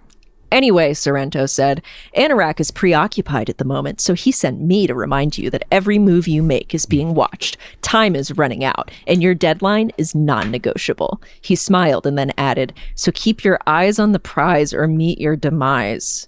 And with that, Sorrento teleported away and his avatar vanished. Like, along with the, like, look around you. Like, oh, God. Hack. The thing you just quoted, I mean, look around, the entire oasis is when a crazy old man's shrine to a bunch of pointless crap. Then Wade says, why are you here, Sorrento? Instead of that is a valid point what Sorrento's bringing up, right? So this is an opportunity for someone to say, like, for example, they could say like, well, your generation fucked up the earth. Look at the scorched earth that you left us to live in. Is it any surprise that we'd want to put our brains into like a more pleasurable or less traumatizing time or whatever? That's instantly so much better. Just a response to what he said. There's literally no response to it whatsoever. Yeah. And also I do think this does point at the thing of like, I don't think there's ever been a time in at least American pop culture history where kids 15 to 23 are only interested in some other generation's view of what's important. Now, we've had many cycles where those things get integrated and we have like Sabrina Carpenter echoing Madonna and that kind of stuff. Mm-hmm. But there's no question that like every generation wants their own thing. Right. And is just like this idea that like there's no pushback to it from anyone their age and everybody's just on board with it. Yeah, it's not even like I'm not even sure what the international versions of the Oasis are. Like you know, never mentioned. What is everyone in India doing? Are they in like Bollywood planets? You know, or I guess everyone has this translation software, so they just immediately. I mean, they've got a couple Japanese guys, but that's the closest they get, right? Well, it's wild too because they think about the internet now. Is there a monoculture? Is there a thing that everyone is doing or watching? Totally. It's so splintered now, and it's not even a VR thing that everybody on the planet, which is 10 billion people in this book, by the way. That's it. So we're all obsessed with the 80s. That's it. So just in the real world, we are never going back to monoculture.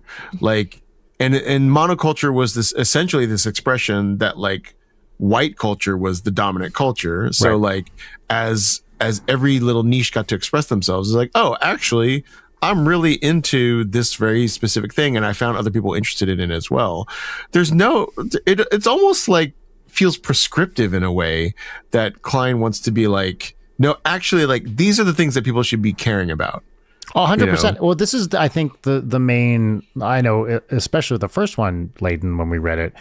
This was something you talked about extensively. It's like, why should I care about your fucking culture? Like, what about my culture? Why, you know, and not everything has to be about everybody, of course, but it does feel like the ultimate, you know, example of a middle-aged white guy being like, my shit's the best and you all need to know it now. And it's very, the more and more distance you have from Gen X's, you know, being like the young people, the worse this shit seems because the older. Although, can you write wait, did you say Starbomb does comedy rap songs, right? Yes. Can you do my shit's the best and you all gotta know it?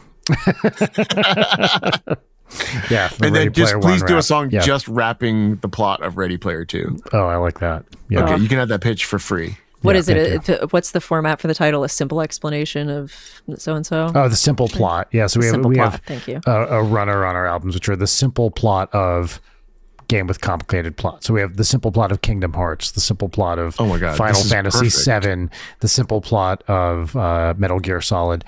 So we could do the simple plot of Ready Player 2. I love this. Yeah. And when your music video gets downloaded 1 billion times. Yeah. Elon Musk can sue you and bankrupt you. Oh no, for defamation. No. Yay. I want to hit, we talked about this last time, but during the Prince battle, holy shit, she said, I can't believe that worked. And then it became an all-out sonic war. This is the worst part. I don't know exactly what happened next or how it all went down, but when the dust settled, and it actually, no, I'll keep going. All 7 members of the time had been killed, including Morris Day and all of his mirror images. Parenthetical. Purple Rain Prince somehow used his mirror shades to shatter Jerome's mirror, so he was no longer able to use it to make Morris clones, and that was the beginning of the end, I think. But before they died, the original 7 managed to take out all three female members of Third Eye Girl, all of the new power generation, and every member of the revolution except for Wendy and Lisa, whom I managed to take out with blasts from my cloud guitar. 4 incarnations of Prince had gone down, but 3 had managed to survive the onslaught: Microphone Gun, Third Eye, and Mesh Mask. But all 3 of them looked badly injured and extremely angry about it. I got off another lucky shot from the cloud guitar and managed to nail Third Eye Prince directly in his third eye. Apparently that was his weak spot because he vanished in a shower of glittering purple dust. The last 2 incarnations gasped, and so did H. Gee, if you're a gamer and you see a villain that has a third eye, are you going to be surprised that that's like the weak spot? But this is like, I didn't want to write the rest of this battle. Yes. I shouldn't have had 7 princes. So like, I don't know. Everybody fought and then like everybody died. Yeah. Okay, You know a what? couple I things won. are when you're like, I don't know what happened next. You're writing the book, so like, Yeah. Yes, you do. I think you actually do know what happened next. That's right. But also, Quibble, Wendy and Lisa are in the new Power Generation. I don't No, think they're they the are. Revolution. They're the Revolution. Yeah. Okay. Yeah. But I thought he said he killed everybody in the new Power Generation except for Wendy and Lisa. I have to I don't know. read the book again. I care enough about this that I'm going to search. So before. Oh no, it's this, Revolution. So yeah, okay. My favorite sentence in this chapter was when he meets Morris Day in the Time and then wrote, that was when I realized right. That was when I realized how I knew them. From their cameo at the end of Jay and Silent Bob Strike Back. And then the mention of the Askewniverse planet. Yeah, mentions the Askewniverse planet. That's right. And the DJ who had just introduced them was an NPC of Jason Mewes, probably cut and pasted here from Askewniverse in Sector 16. Like, come the fuck on. Like, I'm sad to say, I know exactly what he's talking about. I have seen Jay and Silent Bob Strike Back, and I'm not proud of this, in the theaters. And I know exactly what he's talking about. Yes, Morris Day and the Time are in that. But I was just like, it's so sad. It's just sad to read that sentence. I want to give a shout out, though, to a wonderful chorus, which goes like this. All 7 and we'll watch them fall. They stand in the way of love and we will smoke them all with an intellect and a savoir-faire. No one in the whole universe will ever compare. I am yours now and you are mine, and together we'll love through all space and time, so don't cry. One day all 7 will die. I love that chorus so much. In fact, great. I love this book. Chris, when are we going to karaoke? Yeah, and it's got a wonderful harmonizing on that is wonderful. I have another sentence that's right after this. And remember, Shota, who we haven't really talked about because he's barely here, other than when there's a giant pussy entrance to a club and he walks towards it as if hypnotized. That was cool. Yeah, I like that That's what part. he gets to do. A horrified look crossed H's face, and she threw her head back to study the sky. A split second later, a purple lightning bolt descended from it and struck Shota, killing him instantly.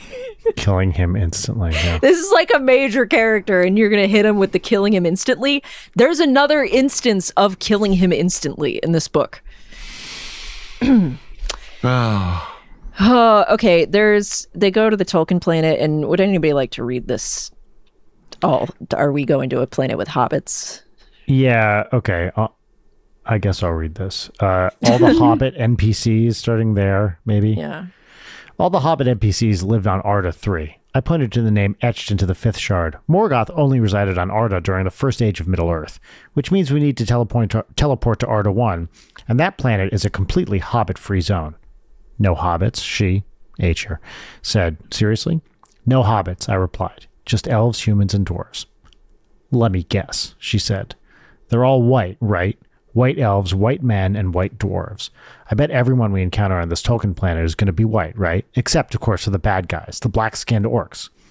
Saruman the White was a bad guy, I replied, losing my temper. We don't have time for literary criticism right now, H, valid though it may be. Okay. Okay, Z, she replied, holding up both of her hands. Geez, cool your tool. We'll table that discussion until later. I feel like the valid though it may be, now moving on, aside is like half of this book. It really summarizes 100%. I mean, Ernest Cline's whole. I would like the what was that? We'll table this discussion to later. I would like if Ready Player 3 is just that discussion. That's right. Yeah. Like I sat down with H at the virtual Starbucks inside Oasis. Yes. And being a man of my word, I decided to keep every promise I'd made to her. Mm-hmm. We're going to have that discussion right now. Yeah. It's just, it is the most basic type. I mean, I don't know. It just feels like he's trying to score woke points, right? Like, he's going to bring it up for a paragraph. He's going to have the black character say it and then be like, but let's not discuss this further. What are you going to do? Well, it's an interesting thing when someone wants to essentially express almost exactly what you think philosophically, and you're Yes. like, shut up. Yes, exactly. That's exactly right. And that's why, that's what the scoring points thing sucks, because it's like, yeah, I don't disagree with that. It's called looking at the internet also. It's like we had a t-shirt for this podcast for a while, which was like a fake tweet that said, I agree with you, but also shut up. Yes, that's a good review of this book. I would say that rather than have your characters have a surface level discussion of these talking points, you could also express, if it's something you cared about, you could express those philosophies in the way you structure the novel. You know? That's right. Rather than just have them pop up for a paragraph and then be dismissed. It feels like a on. disclaimer. Yes, Like that's what it every feels like. time you Yes, say that's a anything good way on of the saying internet and you need to like preempt people being like, but what about? Yep. That's what it feels that's like. 100% right. They do the Tolkien stuff and I'm not going to like go Tolkien stuff into is it. so boring. But it's so slow, and there's even an argument where H is like, you lied about how much stuff that you know about him, and he's like, actually, there's way too much stuff. But it takes like all this effort to get in there, and it's set up to be a big battle, and then like Artemis falls out of the sky, sings a little bit. It Everyone goes to completely sleep. it restores his health to max after he was on like a teeny bit, and then it's like, and then they snuck out the way they came. Like, it's all this build up to get in there, and then they get the thing, and then just like, yeah, I don't know, we left. Okay, this God, there's so That's shard 6. Are we on shard 6? Yes, and you can't go for both shards because he'll wake up and kill you. Right. So you have to. Sure. Yeah. That feels like, oh fuck, I don't want to write another planet. Just put them 100%. both on this guy. Yeah. So like there's this really long thing. This is Wade reflecting on, I recalled on all the tolls I'd been forced to pay, the 7 flashbacks I'd experienced. The and tolls. Then he goes through them. I had to live 3 minutes as a woman. Awful. So he's like asked, what it must have been like for Halliday to experience that. And then he says, certainly, I felt closer to Kira now, more aware of her as a human being and an artist. That's it. That's all you got from that. That's all you got from this whole quest. That like you get like she was happy when she made digital art for the first time and she loves her husband. Wow, interiority. I to this question of like Wade's lack of character development and inner reflection and stuff. The thing you quoted before where he was like, oh, I looked at Lohengrin's thing. I told myself the way I told myself in other times that I've like crossed people's boundaries or done something unethical, that it was necessary. Like, that would be worth it if that was a thing that showed up here as like, let's reflect on things you've done in the book so far. And maybe through, let's just pitch that through your paying these tolls and seeing the interiority of Kira, that it caused you to reflect on like the unethical things you've done. That seems like a pretty obvious moment. It feels all the pieces are there. I thought that's where it was going, and I was hoping. I was like, if they do this, it'll redeem this a bit because that shows like growth, and it's so right there. And Wade is such an idiot that he just doesn't, and like dumb. Doesn't have the self-awareness. And then it's like, well, done with that. That's Kira, and then we meet her. There's shit happens in the real world. Who cares?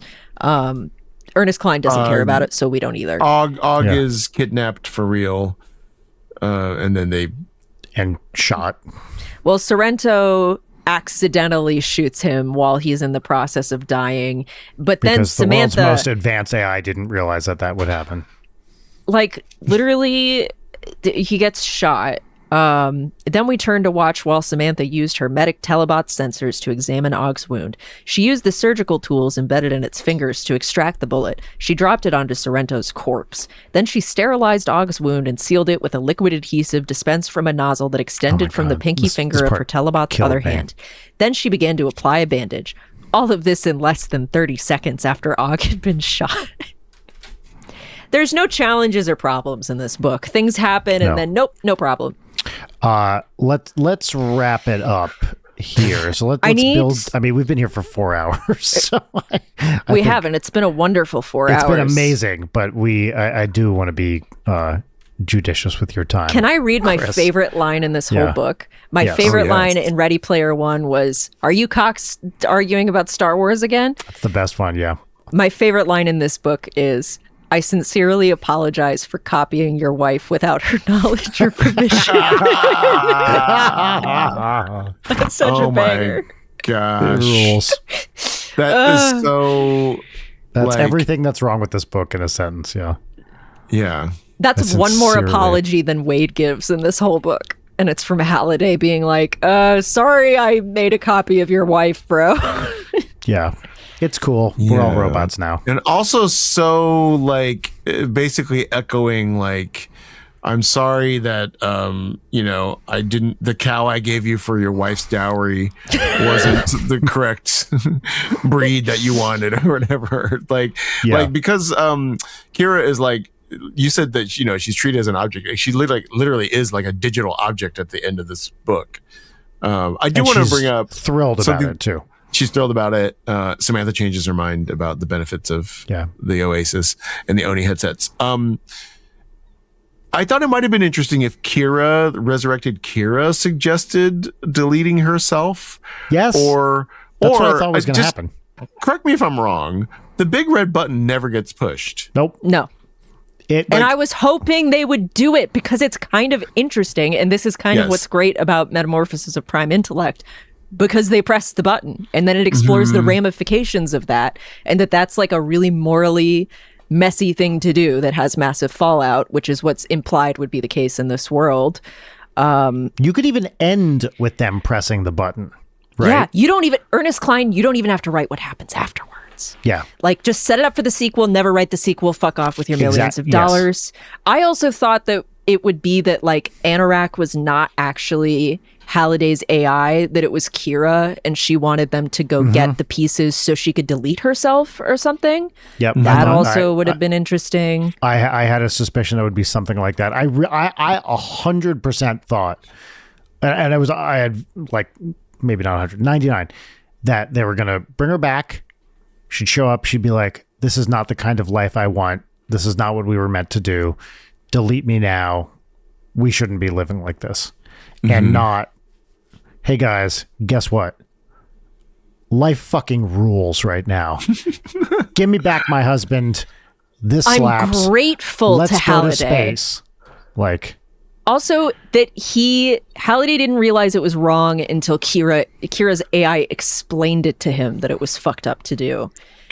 Also, the moment she shows up, as we continued to watch, it began to grow and transform until it had morphed into a familiar human form, that of a beautiful young woman in her mid-20s. We just spent this whole fucking book talking about her as an object, and then she shows up, and the first thing you have to say about her is that she's beautiful. Didn't she turn 40 at one point? Yes, that's right. No, that's she was well into middle age by the time she died. Please don't resurrect her as a 40-year-old. Yeah, no, right. Exactly. Well, that's the other thing, right? Surely this technology has safeguards that we don't resurrect anyone after 40 years old. Yeah. Yeah. Wait, how old is Og?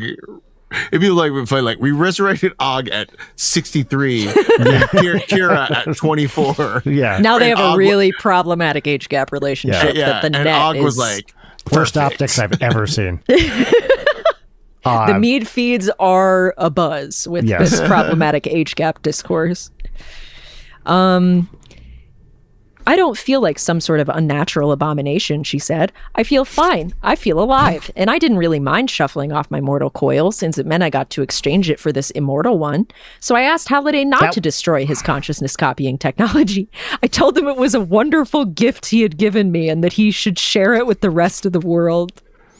I cannot overstate how quickly I read this part. Like, I was whipping through this to get to the end of this fucking book by this point. Once we went into that, I was like, this is dumb and utterly lacking in self-reflection.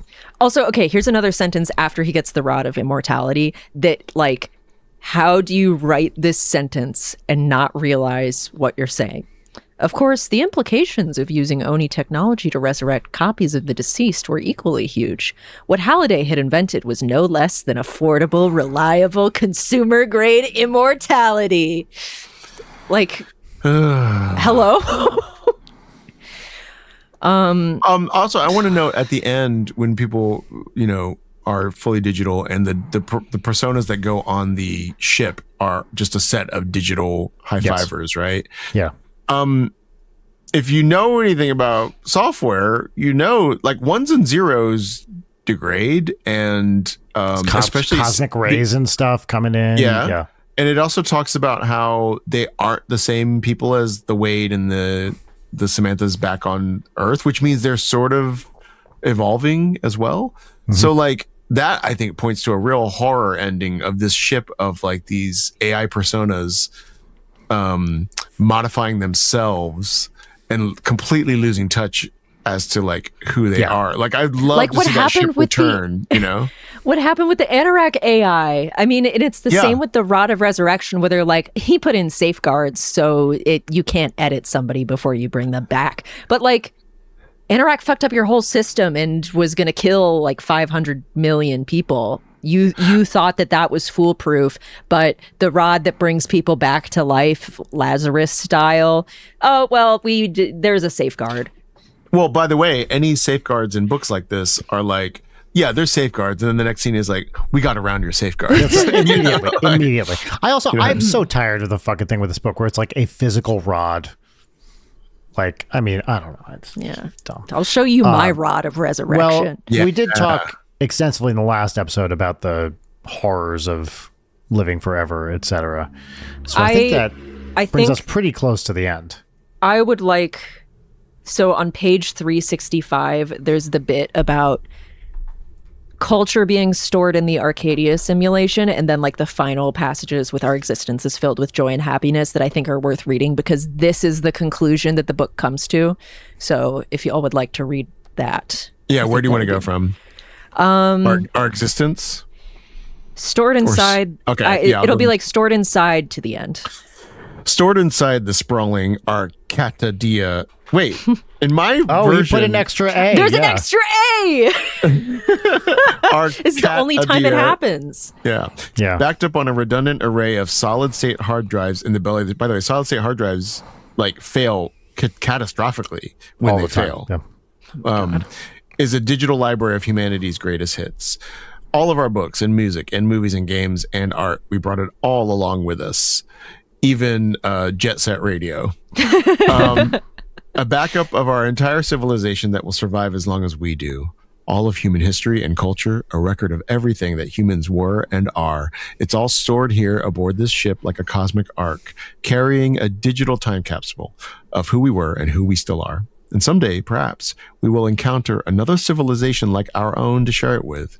Then we'll finally get a chance to compare notes. And then that civilization will immediately destroy us.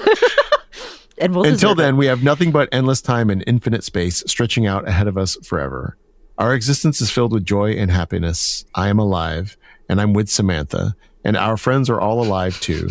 And we're all together embarking on the greatest adventure in the history of our species.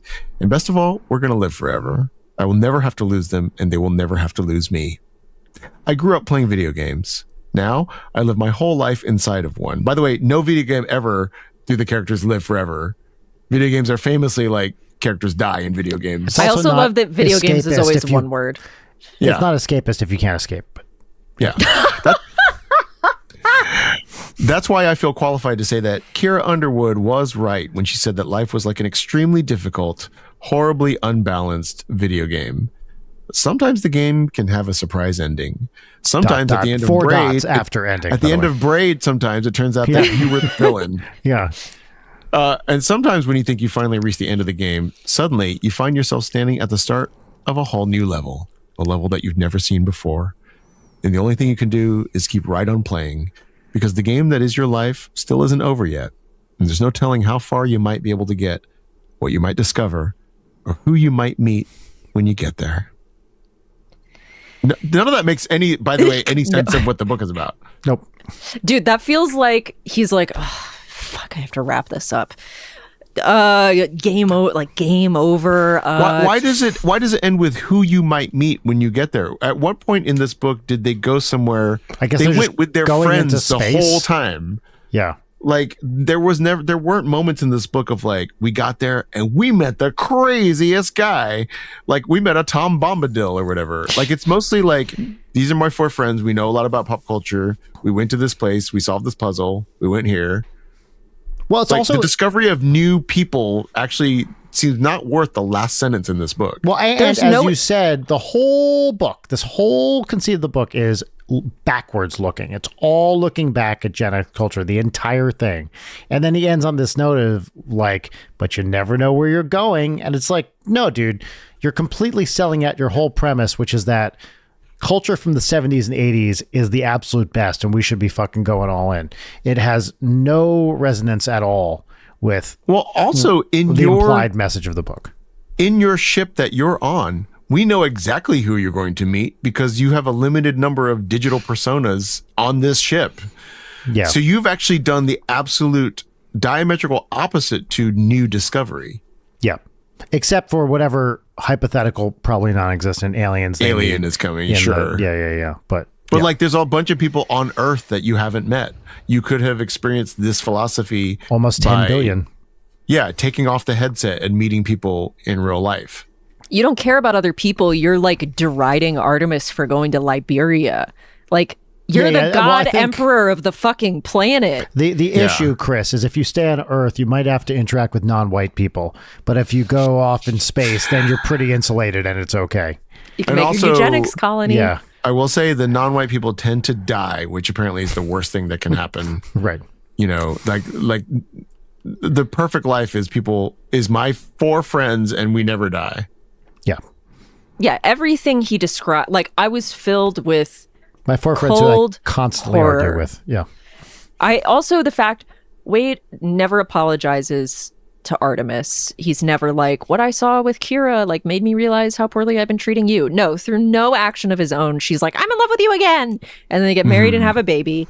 But then she says, I was wrong, she told me after she'd told Wade. This technology does make a lot of people's lives infinitely better than they would be without it. And then it keeps going, but oh my God. And then says, and your stubbornness helped make that happen, Parzival. So thank you. I thank Wade all the time too, but you deserve at least half the credit. His stubbornness was part of the problem. Aren't men smart? Also, wait, I didn't understand that distinction, by the way, between Parzival and Wade here. Because this bit's from the POV of AI Wade, and I think they kind of use the like avatar name and real name interchangeably, like Samantha and Artemis. Parzival is Avatar Wade. In this perspective of this final chapter. Yeah, I guess. So. Just a reminder that only a few dozen people died as a result of Anorak's actions. Nearly all of them when he crashed Samantha's jet. What were the other ones? Nearly all. The handful of others were killed by other people, murderous criminals who preyed on helpless Oni users while they were being held hostage by Anorak's infirmware. But there wasn't a single death caused by synaptic overload syndrome. The Oni headsets hadn't actually harmed anyone. The legal liability is off of us now. I mean, I would love a like one person died because the headset was too tight on their neck and it constricted their like breathing, like totally unrelated. Their bladder also exploded. This also implies that there were like murderers going house to house being like, yeah, get him, stab. Yeah, definitely. That's literally like what it says. That's why they have the capsule hotels, because people were getting murdered so much and raped. Like, he doesn't give a shit. It's almost like the opening segment could have had a bit that's like an analog of the McDonald's hot coffee lawsuit that they slandered the lady to make it seem like a frivolous lawsuit when she had labial fusion from how hot it was. But then, you know, it would be Wade saying that about the headset and being like, but we had a campaign in the press to write her off, so no problem, didn't affect sales. Yeah. And also, as you pointed out before, the whole, like, I'm recording these so you can see if my actions were justified. You know, we'll see. And then to end with this, which was like, everything's fucking great, and this is the best world ever. Sorry about you poors back on Earth, though. Yeah. But I'm curious, like, in the grand scheme of the story, what do you gain by the majority of the action happening in a virtual world? Like, because you could have mapped this whole story onto like a high fantasy thing where you had to go to different realms, and, you know, everything that's VR in here would be like magic instead. And like, to me, the only thing you gain is maybe you gain an ability to like refer to any cultural object that you want, because you don't have to explain why it's present. It's explained by it being VR. And but you gain also a feeling that most of it doesn't really matter. 100%. That's right. It's all it's all in this other world, and they keep trying to impose these stakes. This happened in the other one too, where it's like, oh no, this is like you're trapped in the world, and you'll have brain death and coma if you know. But it's creating a problem, which is the lack of stakes, which then they have to like kind of shoehorn back in to the story, which makes it extra dumb. And then at the end of this one, completely sell it out by being like, actually, it was no big deal. Yeah. I will say other books that are very briefly mentioned in these that I do enjoy. I haven't read them in a while. Maybe they don't hold up, but I do enjoy Neuromancer by William Gibson, and I enjoy Snow Crash by Neil Stephenson. Yep. Which I think are much read those better. in 25 years or something. Yeah. Of this. And I will say I do have a stand-up bit about I want to play the guy at the VR company that is the guy who decided that when you die in VR, you die in real life. Because I want the bosses to be like, wait, why did you do? He's like, no, I hooked it up. So if you die in the VR thing, it also kills you. And the bosses are like, what? No, that is totally unnecessary. It's not related to the function of the VR at all. Yeah. He's like, no, I did it. So just to let everyone know, when they die, they will also die. Because that's in every single VR world. And yes, always. Yeah. Because otherwise, there are no stakes. This is exactly what you said. Well, there aren't stakes anyway. Yeah. Yeah. I also, as a final objectification of Kira, what do Wade and Samantha name their baby? Kira. Kira. Because why not? This lady they don't know. What? It's just... It's rough. But you know what wasn't rough? Was being here with you, Chris. Amazing. So, I love this. Thank you. I mean, we are more than 4 hours deep into this recording now. Thank you so much for taking all this time and hanging out with us a joy. Again. And I apologize for making you experience this travesty of a book. But I mean, I'm glad I read it. I honestly have a sadness for Ernest Cline because of the feeling of like, it's been 6 years since he wrote anything. And like, I just wonder what it's like to be like, no one will ever want to read your next book. Would you say that it's Ernest in decline?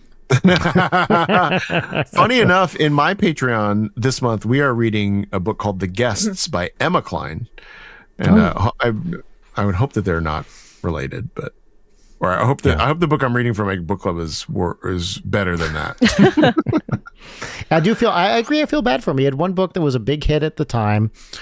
It has since been reevaluated and now is widely considered to be bad. And his follow-ups were also not even liked out of the gate.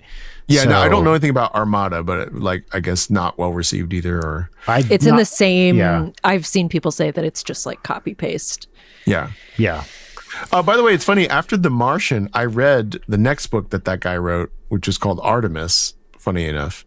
Oh, I never read that one. Book was not very good. in my That's opinion. Andy Weir, right? Yeah. Yes. I did not like Artemis really at all. I didn't read and then that I never one. read Project Hail Mary, which I read seems to Project Hail Mary and saw the movie. I like Yeah. Project Hail Mary. Thought it was fun. Now I'll tell you my Both of them. reservation is the same worries that I have about Ready Player 2. I'm worried that I'm going to feel similarly when I read Dungeon Crawler Carl. We were talking about this on the show in the not too distant past. Everything about that book indicates to me that I will hate it. Yes. And Same. the cover, the people that really like it. I mean, sorry, not the people, but the fact that people really like it. Maybe it's amazing.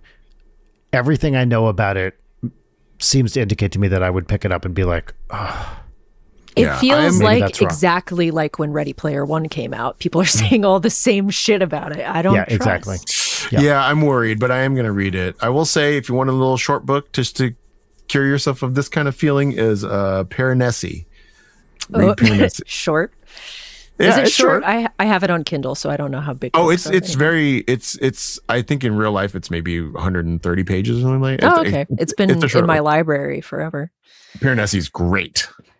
Yeah, I'll recommend if you want the true horror played straight of this premise, Metamorphosis of Prime Intellect, and also the movie Aniara, which is about the arc into space being a fucking coffin as they go try to find another.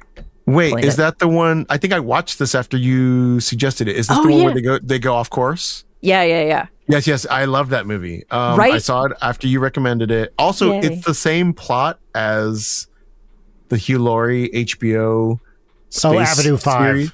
It's the Oh, same really? plot. I watched. Avenue 5 is they get knocked off course and Yeah. they're like, oh, we can't come back. It's an Armando I really liked Iannucci Ariana. show. Yeah. But what was it? Avenue 5 Aniara? was. Yeah, Aniara. I Avenue really Five liked was that. rough. I loved it. I loved the very Arthur C. Clarke, like when the obelisk shows up and they just have no idea what it is or what to do with it. Yeah. And also it has the best time skip of all time. Not to spoil it for listeners, but that time Yes. skip is crazy. I think I'm going to watch that again today because I love Hell that. yeah. I really enjoyed it. Yeah. Please text us Cool. thoughts. I really love that movie. All right, everybody. Thank you for being Whoa, here, Chris. Chris, Yeah, Chris, blah, blah, working- I was working- about to ask. I was Okay, about to segue. Okay, fine. Fucking fine. Do it. Chris, do you have anything you'd like to plug or? Thank Well, you. when is this coming out, do you think? This episode will be 3 weeks from today, I think. Okay, great. Come see me in the UK leading up to Edinburgh Fringe. You can go to chrisgrace.live. I will be at Edinburgh Fringe all of August doing my new stand-up show. So please come see me. Congrats. Well, Gunters, it's been a pleasure gunting with you. Yeah. Keep on gunting. Never stop gunting. All right, bye. Bye. Bye. Late Night is produced by Brian Wecht and Leighton Gray. Sign up for our Patreon at patreon.com/LeightonNight. Follow us on Twitter at @LeightonNight, on Instagram at @Leighton_night, or email us at leightonnight@gmail.com.